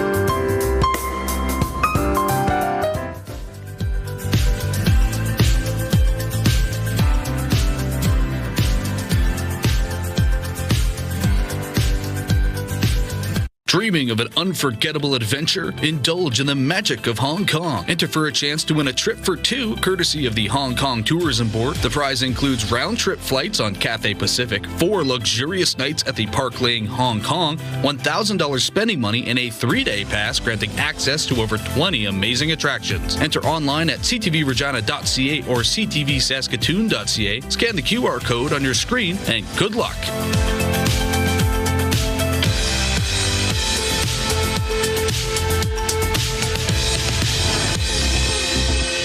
It's March 13th, and we have these milestones to share with you. We'll start off with a big happy birthday going out to Boston. He's turning 2 years old. Lots of love from your mom, dad, big sister Emerson, your puppies. Have a great day. Turning 4 years old is Emma. Happy birthday to you, sweet girl, from your mom, dad, and Ben. Enjoy your special day. Happy birthday wishes also going out to Skylar. We hope your special day is a great one with lots of love from all of your Canadian family. Also celebrating another trip around the sun is Nicole. Happy birthday to you. Enjoy your day. today with lots of love from your sister, Michelle. Happy birthday wishes also going out to Carson for his 14th birthday. Have a great day. Love coming your way from your mom, dad, Bailey, and Reese.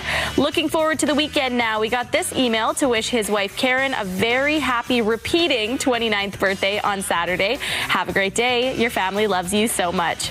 Also celebrating tomorrow is Everly. Happy 8th birthday. Lots of love from your mom, Paisley, auntie, papa, and grandma. And finally, a big happy birthday going out to Cody. We hope you enjoy your weekend of celebrations. Love coming your way from Kate, Harrison, Laura, and Nathan. Milestones, brought to you by Harbor Landing Village, an award-winning senior care and living community in Regina. If you have a milestone coming up, send us an email to yourmorningsaskatchewan@ctv.ca or simply scan that QR code on your screen. Please send those in at least one day in advance. All right, so what's going on the radio today on this Friday the 13th? Well, we're going to bring you a little good luck here, or hopefully anyway, because we are going into the hour of all of the prizes. So we're going to start off VIP to High Valley. We'll send you off to that show on Monday. You get meet and greets with the group afterwards with the post-show hangout, and then a merch pack to go along with that too. After that, we have the March to Country Thunder, your song of the day that could get you some Country Thunder passes this afternoon and a chance to upgrade those to platinum. Then we have our final day of Snooze It or Lose It for a prize package from Sleep Country Canada. So we'll give you 10 trivia questions there, and if you can sweep the board, you could be winning that final prize pack. And then don't forget too, Megan from Country Thunder going to be joining us before the single day passes go on sale at 10 a.m. this morning, and she'll bring some single day passes to give away with that too. Free is the best price. I've always said that. Thanks very much, Chase. Thanks. Have a good weekend.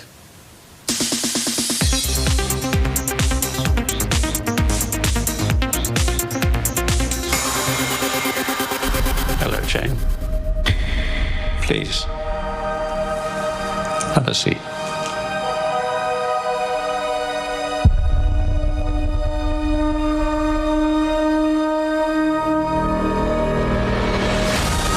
The official trailer is out for Steven Spielberg's Disclosure Day.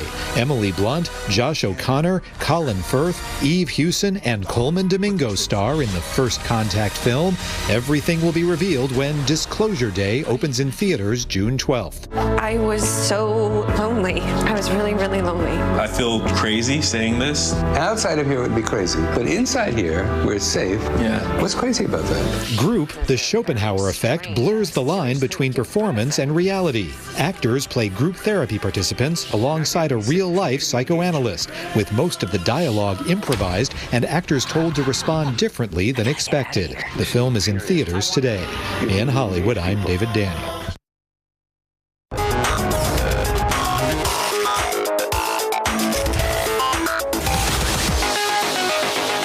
You know any pranksters? We certainly know at least two in this office. Yeah. Here's what it must be like to live with one.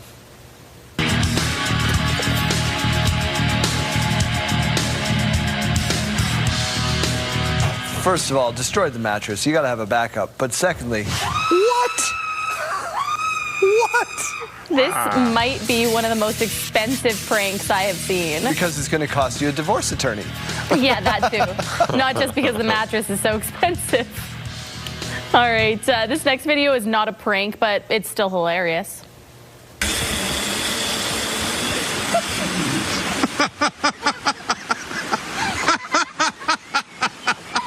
Can't let go. So Kate Hardman was helping her daughter go down their backyard zip line when her pants fell down. Even though she was mid-moon and laughing uncontrollably, she did not let go of her little one. So this is a very good mom. Yep, you got to maintain somebody coming to her rescue. I would like to know how I can build a backyard zip line. Yeah, it's got to be easy, fairly easy. Give it a go. What could possibly go wrong? Jeremy, what do you got for us? All right, we have a cultured canine who needs his kibble cooked.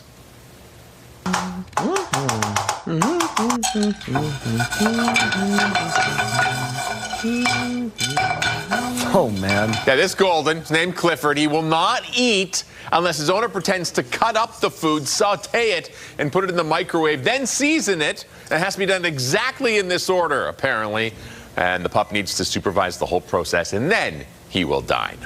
I don't believe it. I call shenanigans. It's a pampered poo. As a note of a golden retriever, face. he'll eat anything that's put in front of him and some stuff that's not. You know, my cats, they'll have kibble in their bowl. They'll meow at me until I go in. I just put a couple fresh ones on top, and then they think it's all fresh. Oh, wow. Huh. My goodness. All right. Okay, time out. News headlines and weather after this.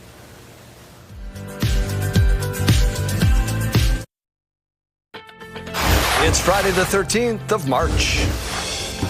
They shouldn't have to worry about whether they have to pay for parking or not. It should just be as simple as it can be. The NDP in this province again raising concerns over hospital parking fees.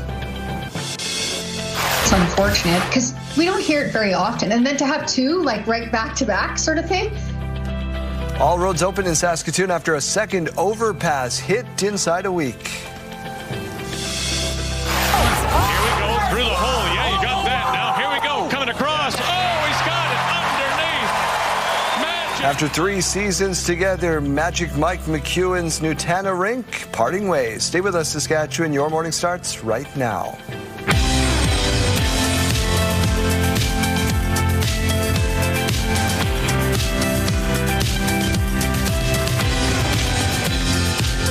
Welcome to Your Morning Saskatchewan. I'm Daryl. And I'm Kayleen. Thanks for starting your Friday with us. You can see the Oscars this weekend right here on CTV, and I know you love elements of it. Not necessarily the show, but the pomp and pageantry around it. I love award season because I love red carpets. I love the red carpet fashion, and everything is really just a lead up to my Met Gala, my precious Met Gala. Okay, so here's how many days is it, Kayleen, till Met Gala? I don't know how many days, but it's always the first Monday in May. Okay, yeah, I thought you'd have down to the day. No, not down to the day, but comprehensive look at the Oscars coming up in entertainment news later this hour. First, we begin with the Prime Minister, Mark Carney, who is in Norway today to observe a military demonstration as part of NATO's exercise Cold Response.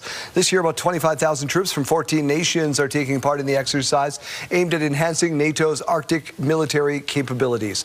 Later today, he'll meet with the Prime Minister of Norway and the Chancellor of Germany.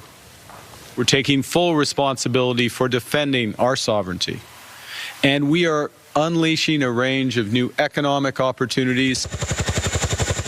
Meanwhile, the Prime Minister announced $35 billion worth of Arctic defense and infrastructure yesterday in Yellowknife. The money was set aside by the Trudeau Liberals 4 years ago. The investment includes $32 billion for expanding air bases. There's also $2.6 billion to build new support hubs in Whitehorse and Resolute. Prime Minister Mark Carney also said he wants to better connect the North, referring to a few proposals for the Major Projects Office. That includes the Mackenzie Valley Highway, which aims to connect Yellowknife and Inuvik. The Saskatchewan NDP have introduced a bill which bans parking fees for cancer patients at all Saskatchewan Health Authority facilities. The bill stems from a Prince Albert cancer patient who was stripped of his parking pass in 2024. The NDP say the change could easily be done as governments in other provinces have done it, and government-run places in Saskatchewan such as casinos offer free parking. I can't imagine what it is like to have to be at the hospital to get radiation or get chemo on a regular basis. And I think when people are struggling with that, they shouldn't have to worry about whether they have to pay for parking or not. It should just be as simple as it can be.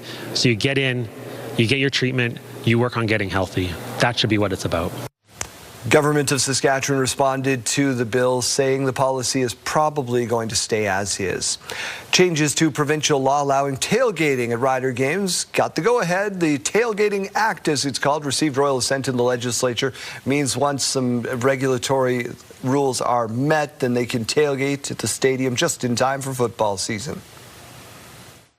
The riders have been very active in promoting the tailgating activity, and we're just so looking forward to game day and seeing how creative that our rider fans are going to be in supporting that. Riders held a lottery amongst season ticket holders for tailgating earlier this month at a cost of $500 per. Tailgating will be allowed. They can bring their own alcohol and make their own food within a designated area, which will be open to you. Let's talk about those overpasses. My, oh my, what's happening? Well, this morning, Daryl, all roads and overpasses in Saskatoon are clear and open as usual. After a look at the city's latest damaged overpass, deemed it safe yesterday. That's the 108th Street overpass over Circle Drive. Struck around 5 p.m. Wednesday. A semi hauling an excavator on a flatbed was seen parked near the overpass after the incident. In a statement to CTV News, the city said engineers will conduct a secondary damage assessment to determine what repairs might be needed, but says the overpass remains safe for use. Probably didn't know what route they should have been on and how high their cargo was, right? Because obviously most all bridges have a clearance. Yeah, this is a second overpass strike in a week. The Highway 11 and Circle Drive overpass, well, that was hit last Thursday. Saskatchewan RCMP say their enforcement response teams made significant strides in combating organized crime and removing dangerous weapons and drugs from communities, including Prince Albert. In 2025, CERT units made 1,048 total arrests, resulting in 955 criminal code charges. They conducted or assisted with 69 interprovincial investigations. Efforts by the CERT teams also resulted in the seizure of about 60 kilograms of methamphetamine, 14 kilos of cocaine, 357 grams of fentanyl, and more than 120 firearms. And in December, a joint operation between CERT and Prince Albert Police resulted in the seizure of almost 4 kilos of cocaine and nearly 5 kilos of methamphetamine, as well as 6 firearms. So, pretty good haul there. Yeah, sure. Daryl, Regina's mayor, giving the annual State of the City address yesterday. Yeah, he's been in office for just over a year, and he gave an update yesterday at the State of the City lunch, which was very nice but very long. Donovan Mace was there with us. 2026 is a turning point for Regina, says Mayor Chad Baczynski. It's an acknowledgement of where we're at, an acknowledgement of our finances, an acknowledgement of our infrastructure, but acknowledging that we see a clear path forward. The mayor giving his second State of the City address since earning the title in the 2024 election. It was a year of learning, of growth, of challenges, and frankly trying to bring stability to the city. And comes just months after council approved the highest single-year property tax increase in Regina's history at 10.9%, as Baczynski continues to point at years of underfunding core infrastructure. I'm not going to speculate on what those reasons were, but we can say is that there's a reason why the reserves are depleted, because they were used to keep mill rates low. That is a factual statement of math. So that it's not a blame game. Baczynski also not shy to share the struggles he's faced in the 16 months in the seat. It is okay, even for those in leadership roles, to be vulnerable and ask for help and to lean on supports. And in response, he's now inviting residents to join him for coffee beginning next month through a new initiative which will allow for more face-to-face conversation. In the world of social media, I think the most effective conversations that I have every day are those that are face-to-face, not online, not with comments. The feedback from those sessions expected to help council set its priorities for the next 2 years, as the mayor hopes this most recent tax hike puts the city back on track. My expectation is that it's a correction. We acknowledge the math, we have the correction, and my expectation is that we see more predictable, sustainable increases going forward. Donovan Mace, CTV News, Regina. Canadians won't have to pay fees when they change their phone or internet plans going forward. The CRTC eliminating fees charged to customers when they cancel, switch, or activate wireless or internet plans. The regulator says the move is meant to make it easier for consumers to take advantage of deals being offered by carriers. Those new rules come into effect on June 12th. And soon, Canadians will also be paying a little bit more to apply for or renew your passport. As of March 31st, applications in Canada, it'll be $163.50 for an adult 10-year passport. That's up $3.50. 5-year passport for adults and children going up $2.50. The government also says it's keeping pace with rising costs. This is the first time they've increased the prices since 2013. Princess Kate is giving a rare insight into her lifestyle and changes she's made after being diagnosed with cancer 2 years ago. Lama Hassan reports. This morning, Princess Kate pulling points and getting candid about alcohol and cancer. The 44-year-old was visiting a beer hall in London with her husband, Prince William, when she declined a drink, saying, "Since my diagnosis, I haven't had much alcohol," adding, "It's something I have to be a lot more conscious of now." William, meanwhile, tucking into some cider. When you look at someone who clearly has developed cancer, particularly at a young age, you look at what can you do to take control of your health. Decreasing alcohol consumption will have secondary effects, and one of those is definitely potentially reducing your chance of getting other cancers, particularly if you've had one of these. Kate shocked the world when she announced her cancer diagnosis back in March 2024. My medical team therefore advised that I should undergo a course of preventative chemotherapy, and I'm now in the early stages of that treatment. The princess never revealed the type or stage of cancer she was diagnosed with.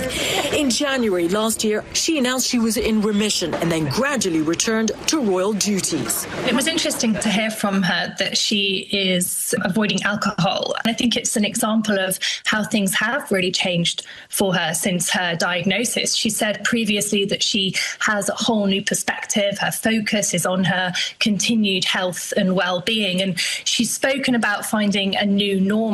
And, decisions over how she lives her life are very much part of that. Lama Hassan, ABC News, London.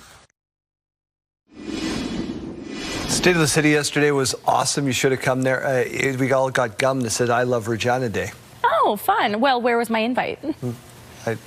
Your text messages. Well, I don't read those. You do read the weather. That was a very Dakota Johnson, Ellen DeGeneres moment there, being like, where was my invite? Actually, no, Ellen, you were invited.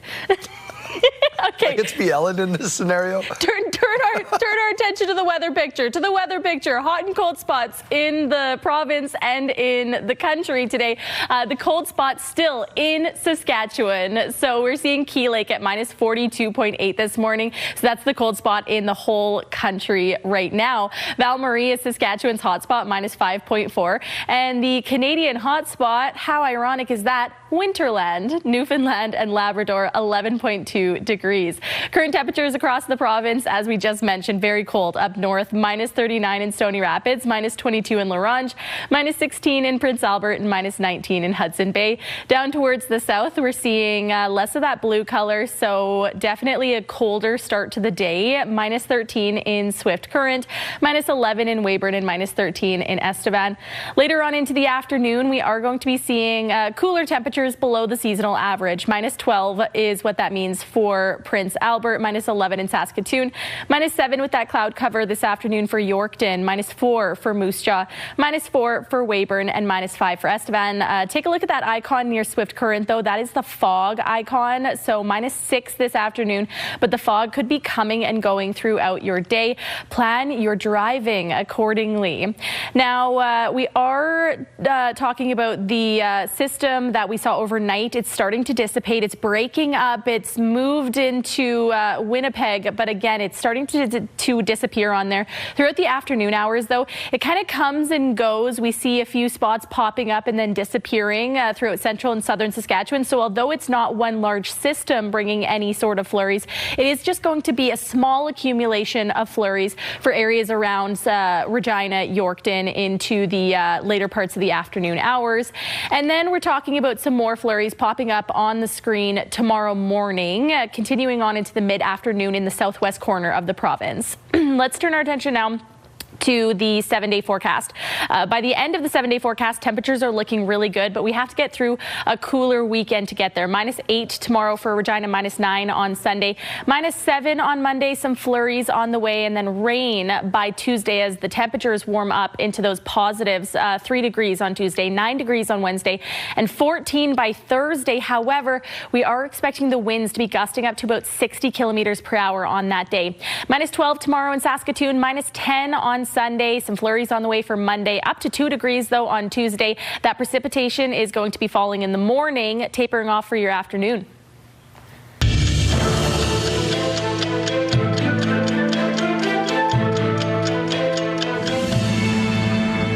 March 13th, 2020, this day in history, the federal government announces Parliament will go on break due to the COVID-19 pandemic. March 13th, 1991, Canada and the U.S. signed the Air Quality Agreement, committing to curbing emissions, ending acid rain. And March 13th, 2020, Breonna Taylor was killed when police officers forcibly entered her home in Louisville.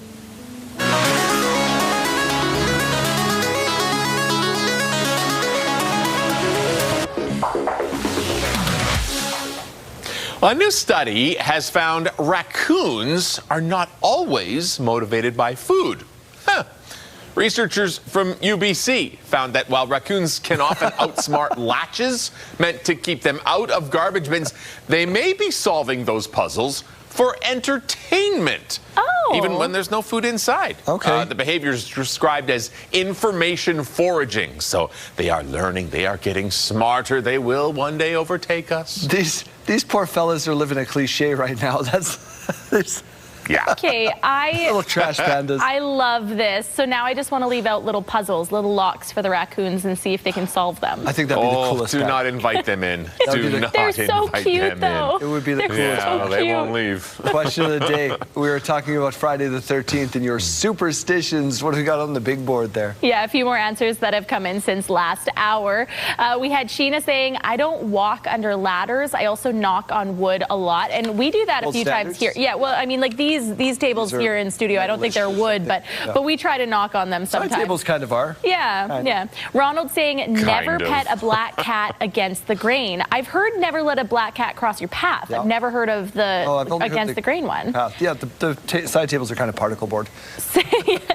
Haley said that if she actually sees a black cat, she will turn her car around in the middle of a street. Middle of the street. Yeah. Okay. Also, apparently placing a pair of worn shoes on a table, she was taught that that's bad luck. I didn't know that. I have to look into that one. I've heard something about that before. This one is my favorite. Not superstitious, but Director Corey was born on a Friday the 13th, and this came in from Director Corey's mom. And she signed it, Director Corey. This is it verbatim. That's her birth name, is adorable. it not? Yeah, that's Director Corey's mom. I assume so. Of course. Must be. A couple other answers to reshare from last hour. This one saying, I don't have any superstitions about Friday the 13th as I was born on a Friday the 13th. Always have good luck. Must buy lottery tickets today. I guess Director Corey got to buy some lottery tickets today. Yeah. Jeremy, you got a good laugh in the control room, so congratulations. Oh, good. Another one saying, if you spill salt, make sure you take a pinch of it and you throw that salt over your left shoulder or else you'll have bad luck. Okay. Nathan saying he's got to have the volume on any device on an even number. Richie Roy saying got to take your hat off when driving through an underpass. And Daryl and I last hour, we were talking about that one. Feet up over the train tracks. Yes, but also holding your breath through tunnels. Yeah. That's one that I also did as a kid. Also just a fun game, like a raccoon, learning. Yeah. Back with health news after this.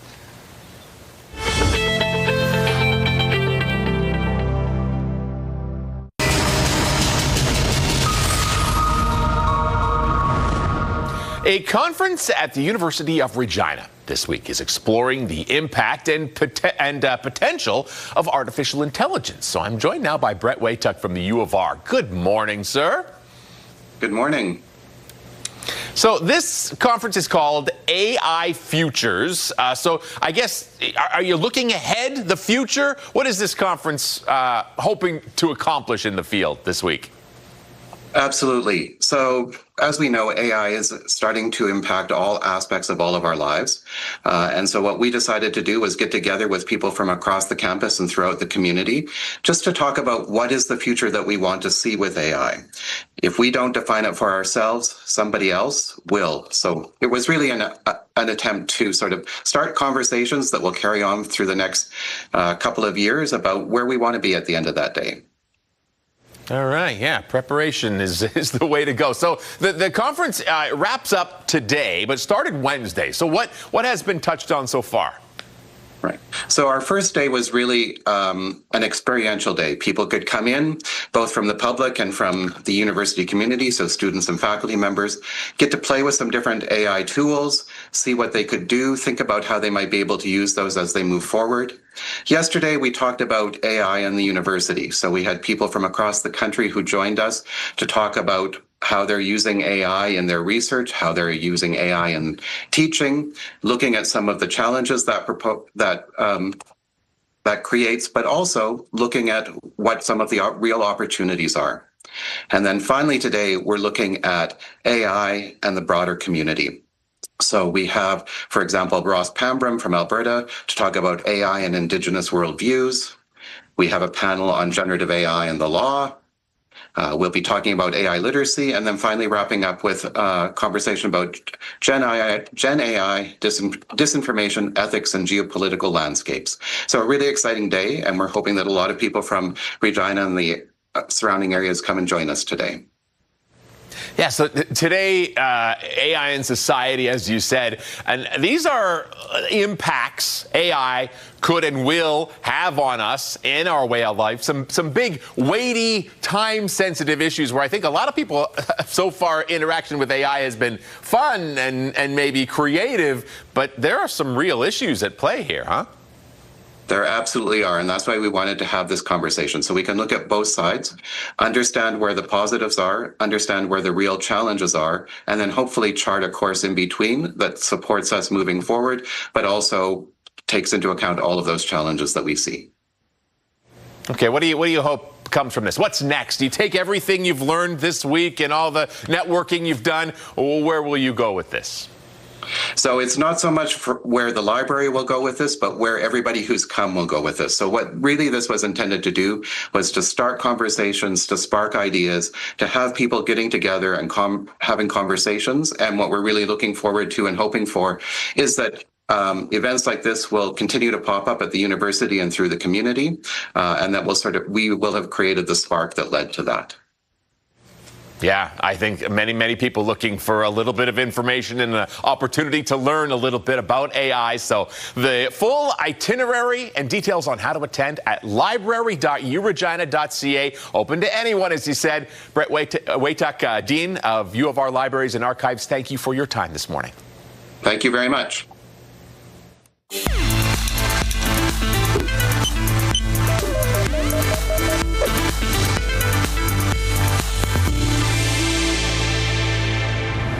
A new device being developed by researchers at the University of Guelph is hoping for promising results for Lyme disease patients.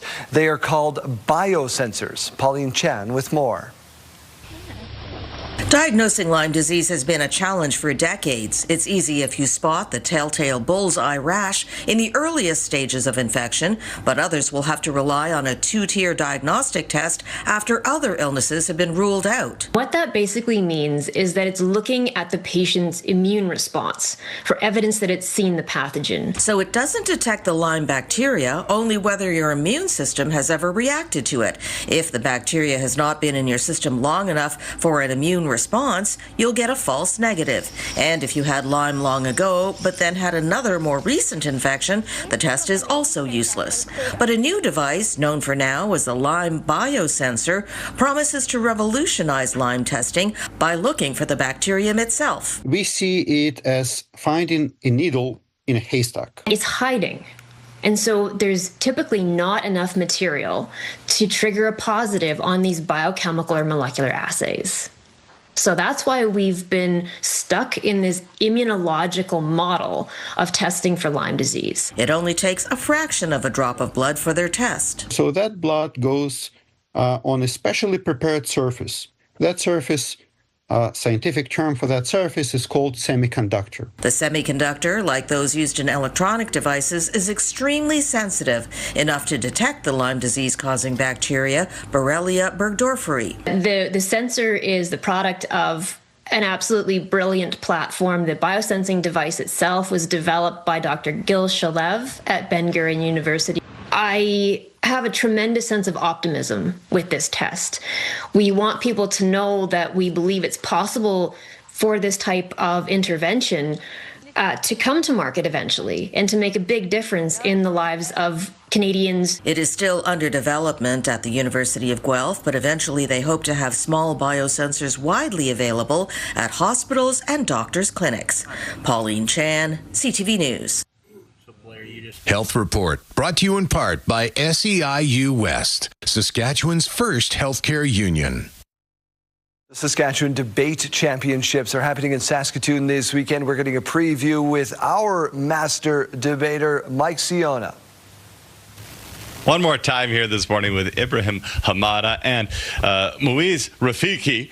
You guys challenging me with your names here this morning. But that's what it's all about when it comes to debate and elocution, is the ability to speak clearly, concisely, and hopefully have something intelligent to say. What do you take away from debate? Debate has really helped me organize the way I think. The way I think is much clearer ever since I've started doing debate. Even if it's English essays, for example, in school, that have gotten 10 times easier because I know how to write an argument out and be very clear and persuasive. It's very, very applicable, I think, to how it's improved my life. No doubt about that. And not everybody's going to start this process at the top of the mountain like Ibrahim sits right now, going to the Nationals. Obviously, the Provincial Championship this weekend happening right here in Saskatoon. But people can, should, and might be able to get involved in debate. How do they do that? Well, I think you can start by asking your school if they have a debate club. Not every school does, but the ones that do are incredible quality, and it's a really great place to find a new community in your school. If you don't have a debate club at your school, that's okay, because CETA has a debate academy where we run classes throughout the year. We're actually expanding the number of terms in future as well that we offer. On top of that, if you have some time in the summer, we have a summer camp too, where we take people who have never experienced debate before and get them ready for the season coming up in the year. Very cool. I love that. Great opportunity for some exposure. And quickly, we need somebody watching at home. Maybe they want to win an argument somewhere in their life. Give me a real world example, a quick tip on how we can do that. You know, the funny thing is, when we talk about winning arguments, a lot of the time we focus a lot on what we're trying to say. Whereas in debate, we put a lot of focus on listening to what the other person is saying too. So my advice is, if you want to win an argument, really listen carefully to what the other person is saying. Try to really understand what the core of their argument is. It'll help you make yours better, and that makes all the difference. Fantastic. You can find out more at saskdebate.ca, and I guess maybe that's why we have 2 ears and 1 mouth.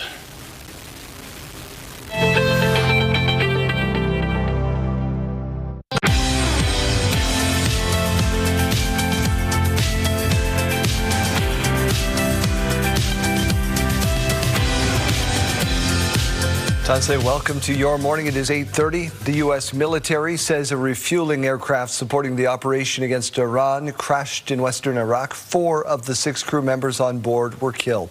And according to the U.S. military, rescue efforts continue for the other 2 crew members. U.S. Central Command says the crash followed an unspecified incident involving 2 aircraft in friendly airspace and that the other plane landed safely. Officials say the circumstances of the crash under investigation, but that the loss of the aircraft was not due to hostile or friendly fire. With the Strait of Hormuz blocked, the U.S. is easing some sanctions on Russian oil. For 30 days, the U.S. is waiving sanctions on Russian oil and gas products already stranded at sea. The move has drawn criticism from Germany and other European countries. Oil prices are up again this morning, even after the announcement. Brent crude is trading above $100 U.S. a barrel. Saskatoon could be one of those few places in Canada to have a national urban park, but agreeing on exactly where it begins and ends, part of a big discussion at City Hall. Keenan Sorokon reports. A proposed national urban park isn't winning over everyone, with its potential impact on the Northeast Swale under scrutiny. No rationale has been provided for choosing some lands within the Swale protected area and excluding others. Parks Canada and Meewasin have been in talks to create a national urban park running from south of the city through Saskatoon and ending north near Wanaskewin. It would be one of a handful of parks of its kind in the country. On Wednesday, the leadership structure and boundaries of the park needed approval before the federal government would commit funding. But a map showed the park using up parts of the northeast and small Swale, drawing plenty of criticism from advocates. In fact, The new boundaries would be worse than the worst options rejected by Council in 2023. 3 years ago, Council endorsed new boundaries for these ecologically sensitive prairie lands to help move the project forward. Administration feels the boundaries follow Council's direction from back then with no intentions of developing the land.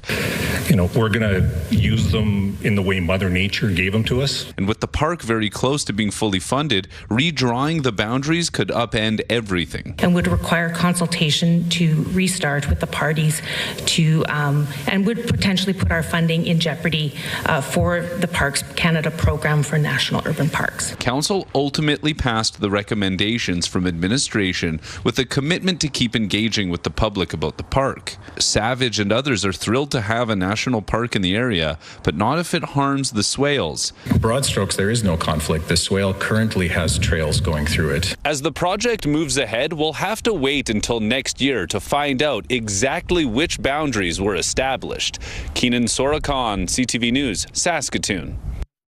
Authorities in Kenya have arrested a man accused of trying to smuggle ants out of the country. Officials say a search of the suspect's luggage turned up more than 2,000 live garden ants.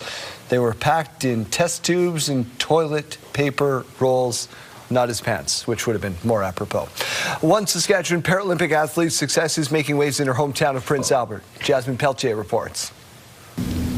Canadian para-Nordic skier Brittany Hudak is an inspiration in her hometown of Prince Albert. It's pretty incredible the success that Brittany's had over the years. This is her 4th Olympic Games, and it's just to come from Prince Albert, Saskatchewan, and her story is pretty incredible. Earlier this week, Hudak won bronze in the women's 10-kilometer interval start classic standing race, her first medal of the Milano Cortina Paralympics.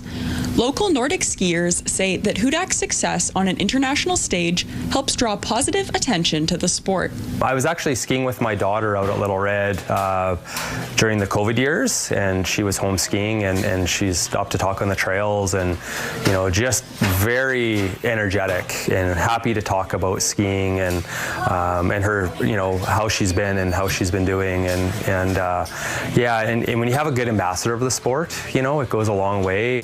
Prince Albert Mayor Bill Pawlinski says the city is proud of Hudak for how she's representing the community. We are immensely proud that Brittany has carried our name forward.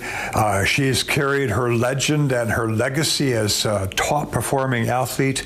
Once again, we are just so incredibly happy for her and her coaches and her fans and supporters. Hudak isn't done her run quite yet, with events still to come on March 13th and 15th. Pawlinski hopes residents will keep cheering all the way. Give her support, love, encouragement from Prince Albert. Hudak's next event is the biathlon sprint pursuit. Jasmine Peltier, CTV News, Prince Albert. Pope Leo XIV has a new ride thanks to the Ford assembly plant in his hometown of Chicago. I was told we were building it for the CEO of Ford Motor Company, Farley, right? Comes to find out it was for the Pope. It kind of was, tingly sensation to know it's for the Pope. We're used to seeing the Pope in his open-air vehicles and making the rounds, waving just like he is on screen. But Ford thought they could give him another option. A secret project at Chicago's Ford assembly plant was produced a one-of-a-kind 2026 Ford Explorer for the Pope. The new car was shipped to Rome and featured a handwritten letter, an assembly plant recognition coin, Chicago flag, seat tags, and a city skyline stitched into the center console. There you go. A payphone posted outside a coffee house at Boston University is bringing two unlikely groups together. Now they're calling this a boomer phone. It's Call a Boomer. It aims to encourage Gen Z to pick up the phone and connect with a senior at a community living center in Reno, Nevada. The booth, created by a Matter Neuroscience, is a social experiment and looks to combat loneliness between two of the most isolated age groups in the U.S. There is no cost to use the phone, and if no one picks up on the other end, callers can always leave a voicemail. Call a Boomer. There you go, Keelan. Just afternoon plans, all set. Yeah, I'll give you a call. I'm sorry. Okay, I'm I'm going home early. Where's Kayleen? She used to work here. I was going to say I'm going home early, very early. Okay. With a box of your stuff. All right, let's talk about the weekend. It's a pretty nice day out there to start the day in Regina. -11 right now. Winds fairly calm, 7 kilometers per hour, and some clouds up in the sky right now. In Saskatoon, pretty similar in terms of the temperature. However, we have seen a few flakes there this morning. Regina could be seeing a few of these flakes into the afternoon hours. It's just not going to be a whole lot in terms of the accumulation of snow. Winds also very calm in Saskatoon, 7 kilometers per hour right now. And the winds are going to remain calm into the afternoon hours. This is really nice to see, considering yesterday we were seeing some pretty strong gusts down towards Saskatchewan's southern border with the United States. Today, it's looking like things are much improved out there for the winds. Futurecast, though, showing that we do have a few spots there that we are seeing some flurries right now. Into the afternoon hours, we kind of see it stopping and going in a lot of places throughout central and southern Saskatchewan. About 5:15 p.m., it's going to be right over top of Yorkton there in the Parkland region. And then exiting the province into the evening hours. Tomorrow morning, we're also expecting some more of those flurries to be popping up on the radar right in the southwest corner of the province. Swift Current, East End, Gull Lake, all areas that are going to be seeing some of those flurries tomorrow morning and into the early afternoon. Today's forecast looking below the seasonal average, but not by too much. -12 for the Battlefords this afternoon, -12 for Prince Albert, -11 for Saskatoon, -6 for Regina, -5 expected for Weyburn and Estevan. Now, the weekend does look cool, again, below the average. However, if we take a look all the way to the end of our 7-day forecast, next Thursday, 14 degrees. So we do have double digits in sight. It's just that on that day, we're expecting to see some wind gusts up to about 60 kilometers per hour. So it's not necessarily going to be feeling like 14 degrees on that day. We're also expecting some precipitation before then. That is going to be coming on Monday in the form of some flurries. And right now we're seeing that turning to rain Tuesday morning. In Saskatoon, again, a cooler weekend, -12 on Saturday, -10 on Sunday. Flurries on the way for Monday, -5. Up to those positive temps on Tuesday, which means that snow is going to be turning to rain. And then tapering off for the afternoon hours, 5 degrees on Wednesday, up to 7 degrees on Thursday. Again, though, we're talking about increased winds on that day.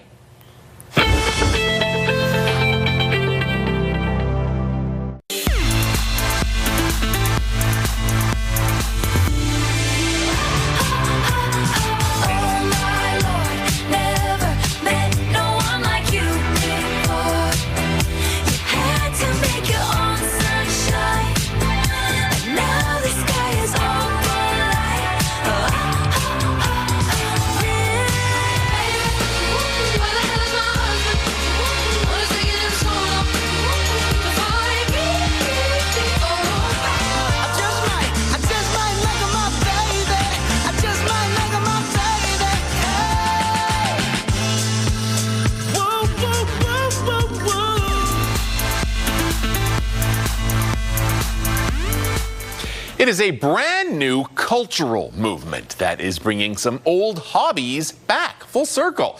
And it's all part of an effort by many to put down their devices. Here is Danny New. Real business is done on paper, okay? Write that down. As depicted in this scene from The Office in 2007, students' reliance on technology has been a long time coming. However, it's of course not always productive. In fact, a new study published in the Journal of the American Medical Association finds that teenagers use their smartphones for about a third of the school day, with 70% of that time being for entertainment and social media. The art of it is just stitching it. However, older Gen Zers like Emma MacTaggart here are pivoting to more tactile hobbies. People really want to get off their screens, doing something with their hands. Over the past few years, this now 26-year-old has built a business called What's the Stitch? Back with another kit that we are releasing mid-February. Where she builds kits for folks to try their hand at needlepoint, even though she says this is often thought of as one of the, quote, grandma hobbies. I mean, the grandmas were onto something because, these are great hobbies. I successfully crocheted this giant possum in just 7 days. And over the summer, I introduced you to Jenna Tatu in California, who has become one of a few Zoomers to make a living creating crochet patterns for people to download and try themselves. But it's not always about making something. Clara Sherman here started a company called SoBam Fun to spread her love of the Chinese game Mahjong to younger generations. For her, she feels making a connection through a screen is just not the same as, say, playing a physical game together. In Mahjong, you are directly sitting across from that person and having a conversation, like a human moment with them. And as we've seen online, Gen Zers and millennials have also been turning to pottery, origami, and even blacksmithing. Me personally, I have a little mini pinball machine I love to fiddle with at my desk. In New York for ABC News, I'm Danny New. Furniture store The Brick gathered employees from across Canada in Edmonton earlier this week. And they thought they were there to, it's where the brand began, of course, and they thought they were there to learn about what's for sale in the year ahead. But they got one big surprise. CTV's Kent Morrison was there and has more. Gathered for early morning product knowledge, this group thought they had a good idea what they were in for. Pretty usual stuff, the new launches for the next year, keynote speakers, finish off what the new lineups were going to be coming forward. Perhaps expectations should have been higher because coming forward was a star center. Shaquille O'Neal. We were expecting something big, but not Big Shaq. Yeah, experience of a lifetime. He's just such a good human being. I've heard, I've seen, but now I experienced. And the global superstar made sure everyone had their own experience, taking photos with anyone who asked. What does it mean for you to give that to them? I'm just being nice, brother. You know, this is not an act for me. I am who I am. After sharing advice about life and leadership, he also revealed this. Talk to a furniture consultant at The Brick today to find out if Shaqapedic is right for you. O'Neal has his own furniture. The Shaqapedic line now sold exclusively at The Brick in Canada. I'm all about, affordability. I'm not trying to break the bank. Just want people to be comfortable. I'm just happy to be here. It's my first time in Edmonton. I went out last night by myself. Everybody was hospitable. I think the Canadian people know that Shaq loves Canada. Though the people receiving these pictures may not love them as much. My husband, I messaged him right away. Yeah. I've already told my boys, and they're like, that's not fair, Dad. Probably my boyfriend, because he's a huge fan, so he'll be super jealous. Oh, my twin. She already knows. We're a big fan of Shaq, so now she's so sad. The only thing left to do is figure out a little bit of marketing. Usually, Shaq and Brick, people don't think about free throws first. Kent Morrison, CTV News, Edmonton. Dreaming of an unforgettable adventure? Indulge in the magic of Hong Kong. Enter for a chance to win a trip for two, courtesy of the Hong Kong Tourism Board. The prize includes round-trip flights on Cathay Pacific, 4 luxurious nights at the Park Lane, Hong Kong, $1,000 spending money, and a 3-day pass granting access to over 20 amazing attractions. Enter online at ctvregina.ca or ctvsaskatoon.ca. Scan the QR code on your screen, and good luck.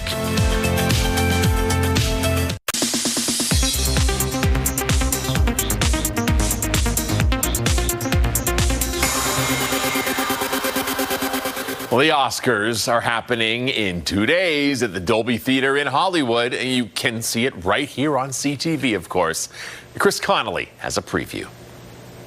Sunday, the record-breaking super hit movie.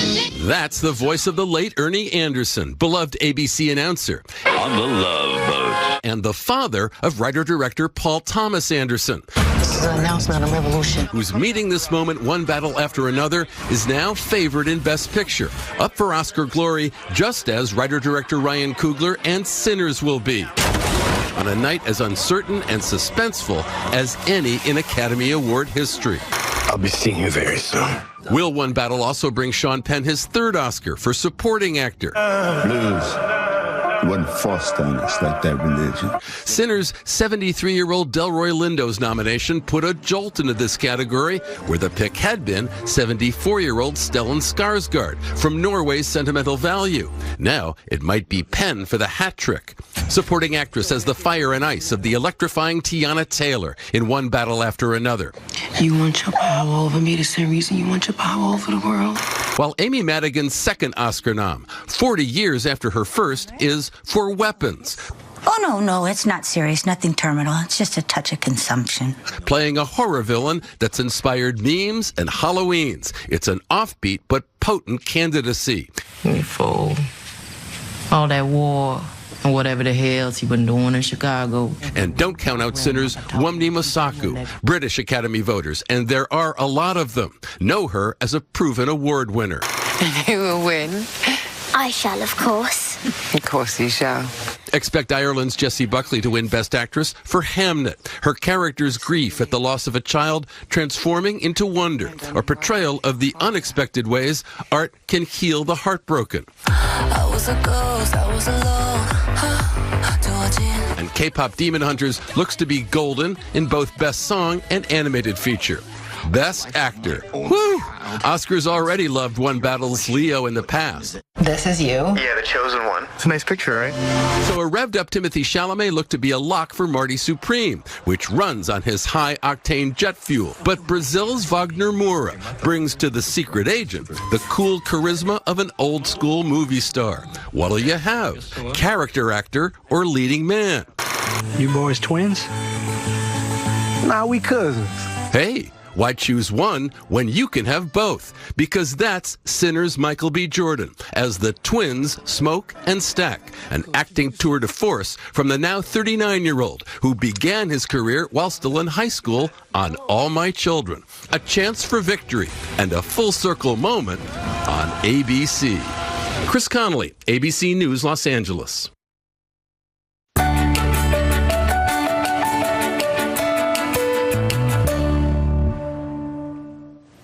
The New England Aquarium has a celebrity on its hands. That's right. The aquarium's playful seal is making a big splash online. See what you did there, Brianna Borghi, who tells us about the one specific toy that's turned him into an internet star.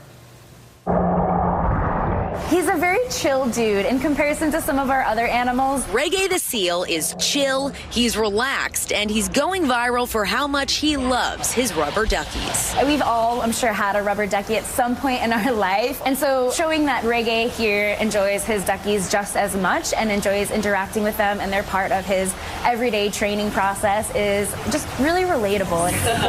This video posted by the New England Aquarium has racked up more than 500,000 views.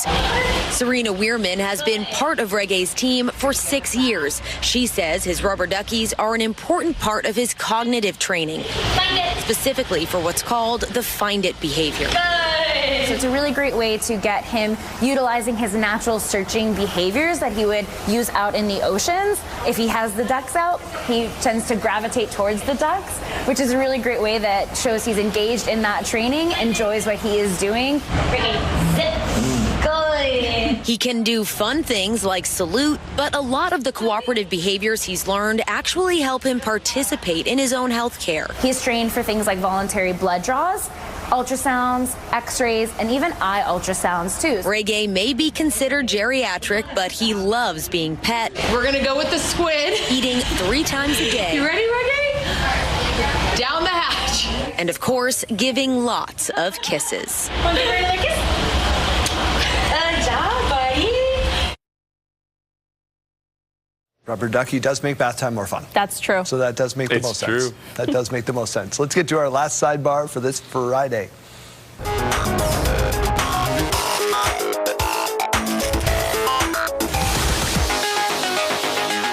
Ready, set, go. This year's Canadian Masters Atar Singh Sekon finished the 60-meter dash with a time of 40 seconds. Not bad for a runner who's 102 years young. Whoa. No way. They took part in 3 races and the shot put. He won his age group each time. Surprise, surprise. Imagine that. It's a group that consists of Atar, and that's pretty much it. That's just 102. He was a lock. 102. And still being this Impressive. active. 40 seconds to do 60 meters. That's the same time that it takes Dodger to run that. That's really weird. I want to see. Slow and steady. Slow and steady wins the race. He proved it right there. I want to see a birth certificate. That man did not look 102. No, keep it up. He's pretty good. Wow, that's impressive. Okay, let's move on here. 2 African leopard cubs, one male and one female, were born at a zoo in Mexico, and they're both obviously adorable. They were born last month. Because of their mom's advanced age, they're being hand-reared with a special milk formula, which would have anyone thinking, is there any better job than hand-feeding tiny leopard cubs? What does that pay? Yeah, I mean, I did call Daryl Old earlier in the show, so he told me that I have to take a box out with my stuff today, so I think I'm going to go hand feed some leopard cubs instead. It's good for you to have a backup plan. That's nice. Somebody's going to take that seriously, and then I'm going to be in trouble. JD, what do you got for us on this Friday? All right, we go from cute cubs to rattlesnakes. How do you study them? Very carefully.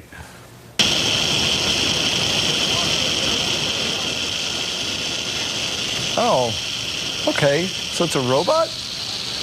Yeah, teams developed a robot. This is a Texas team. It's a way for them to study how different animals react to the snakes without actually putting them in danger.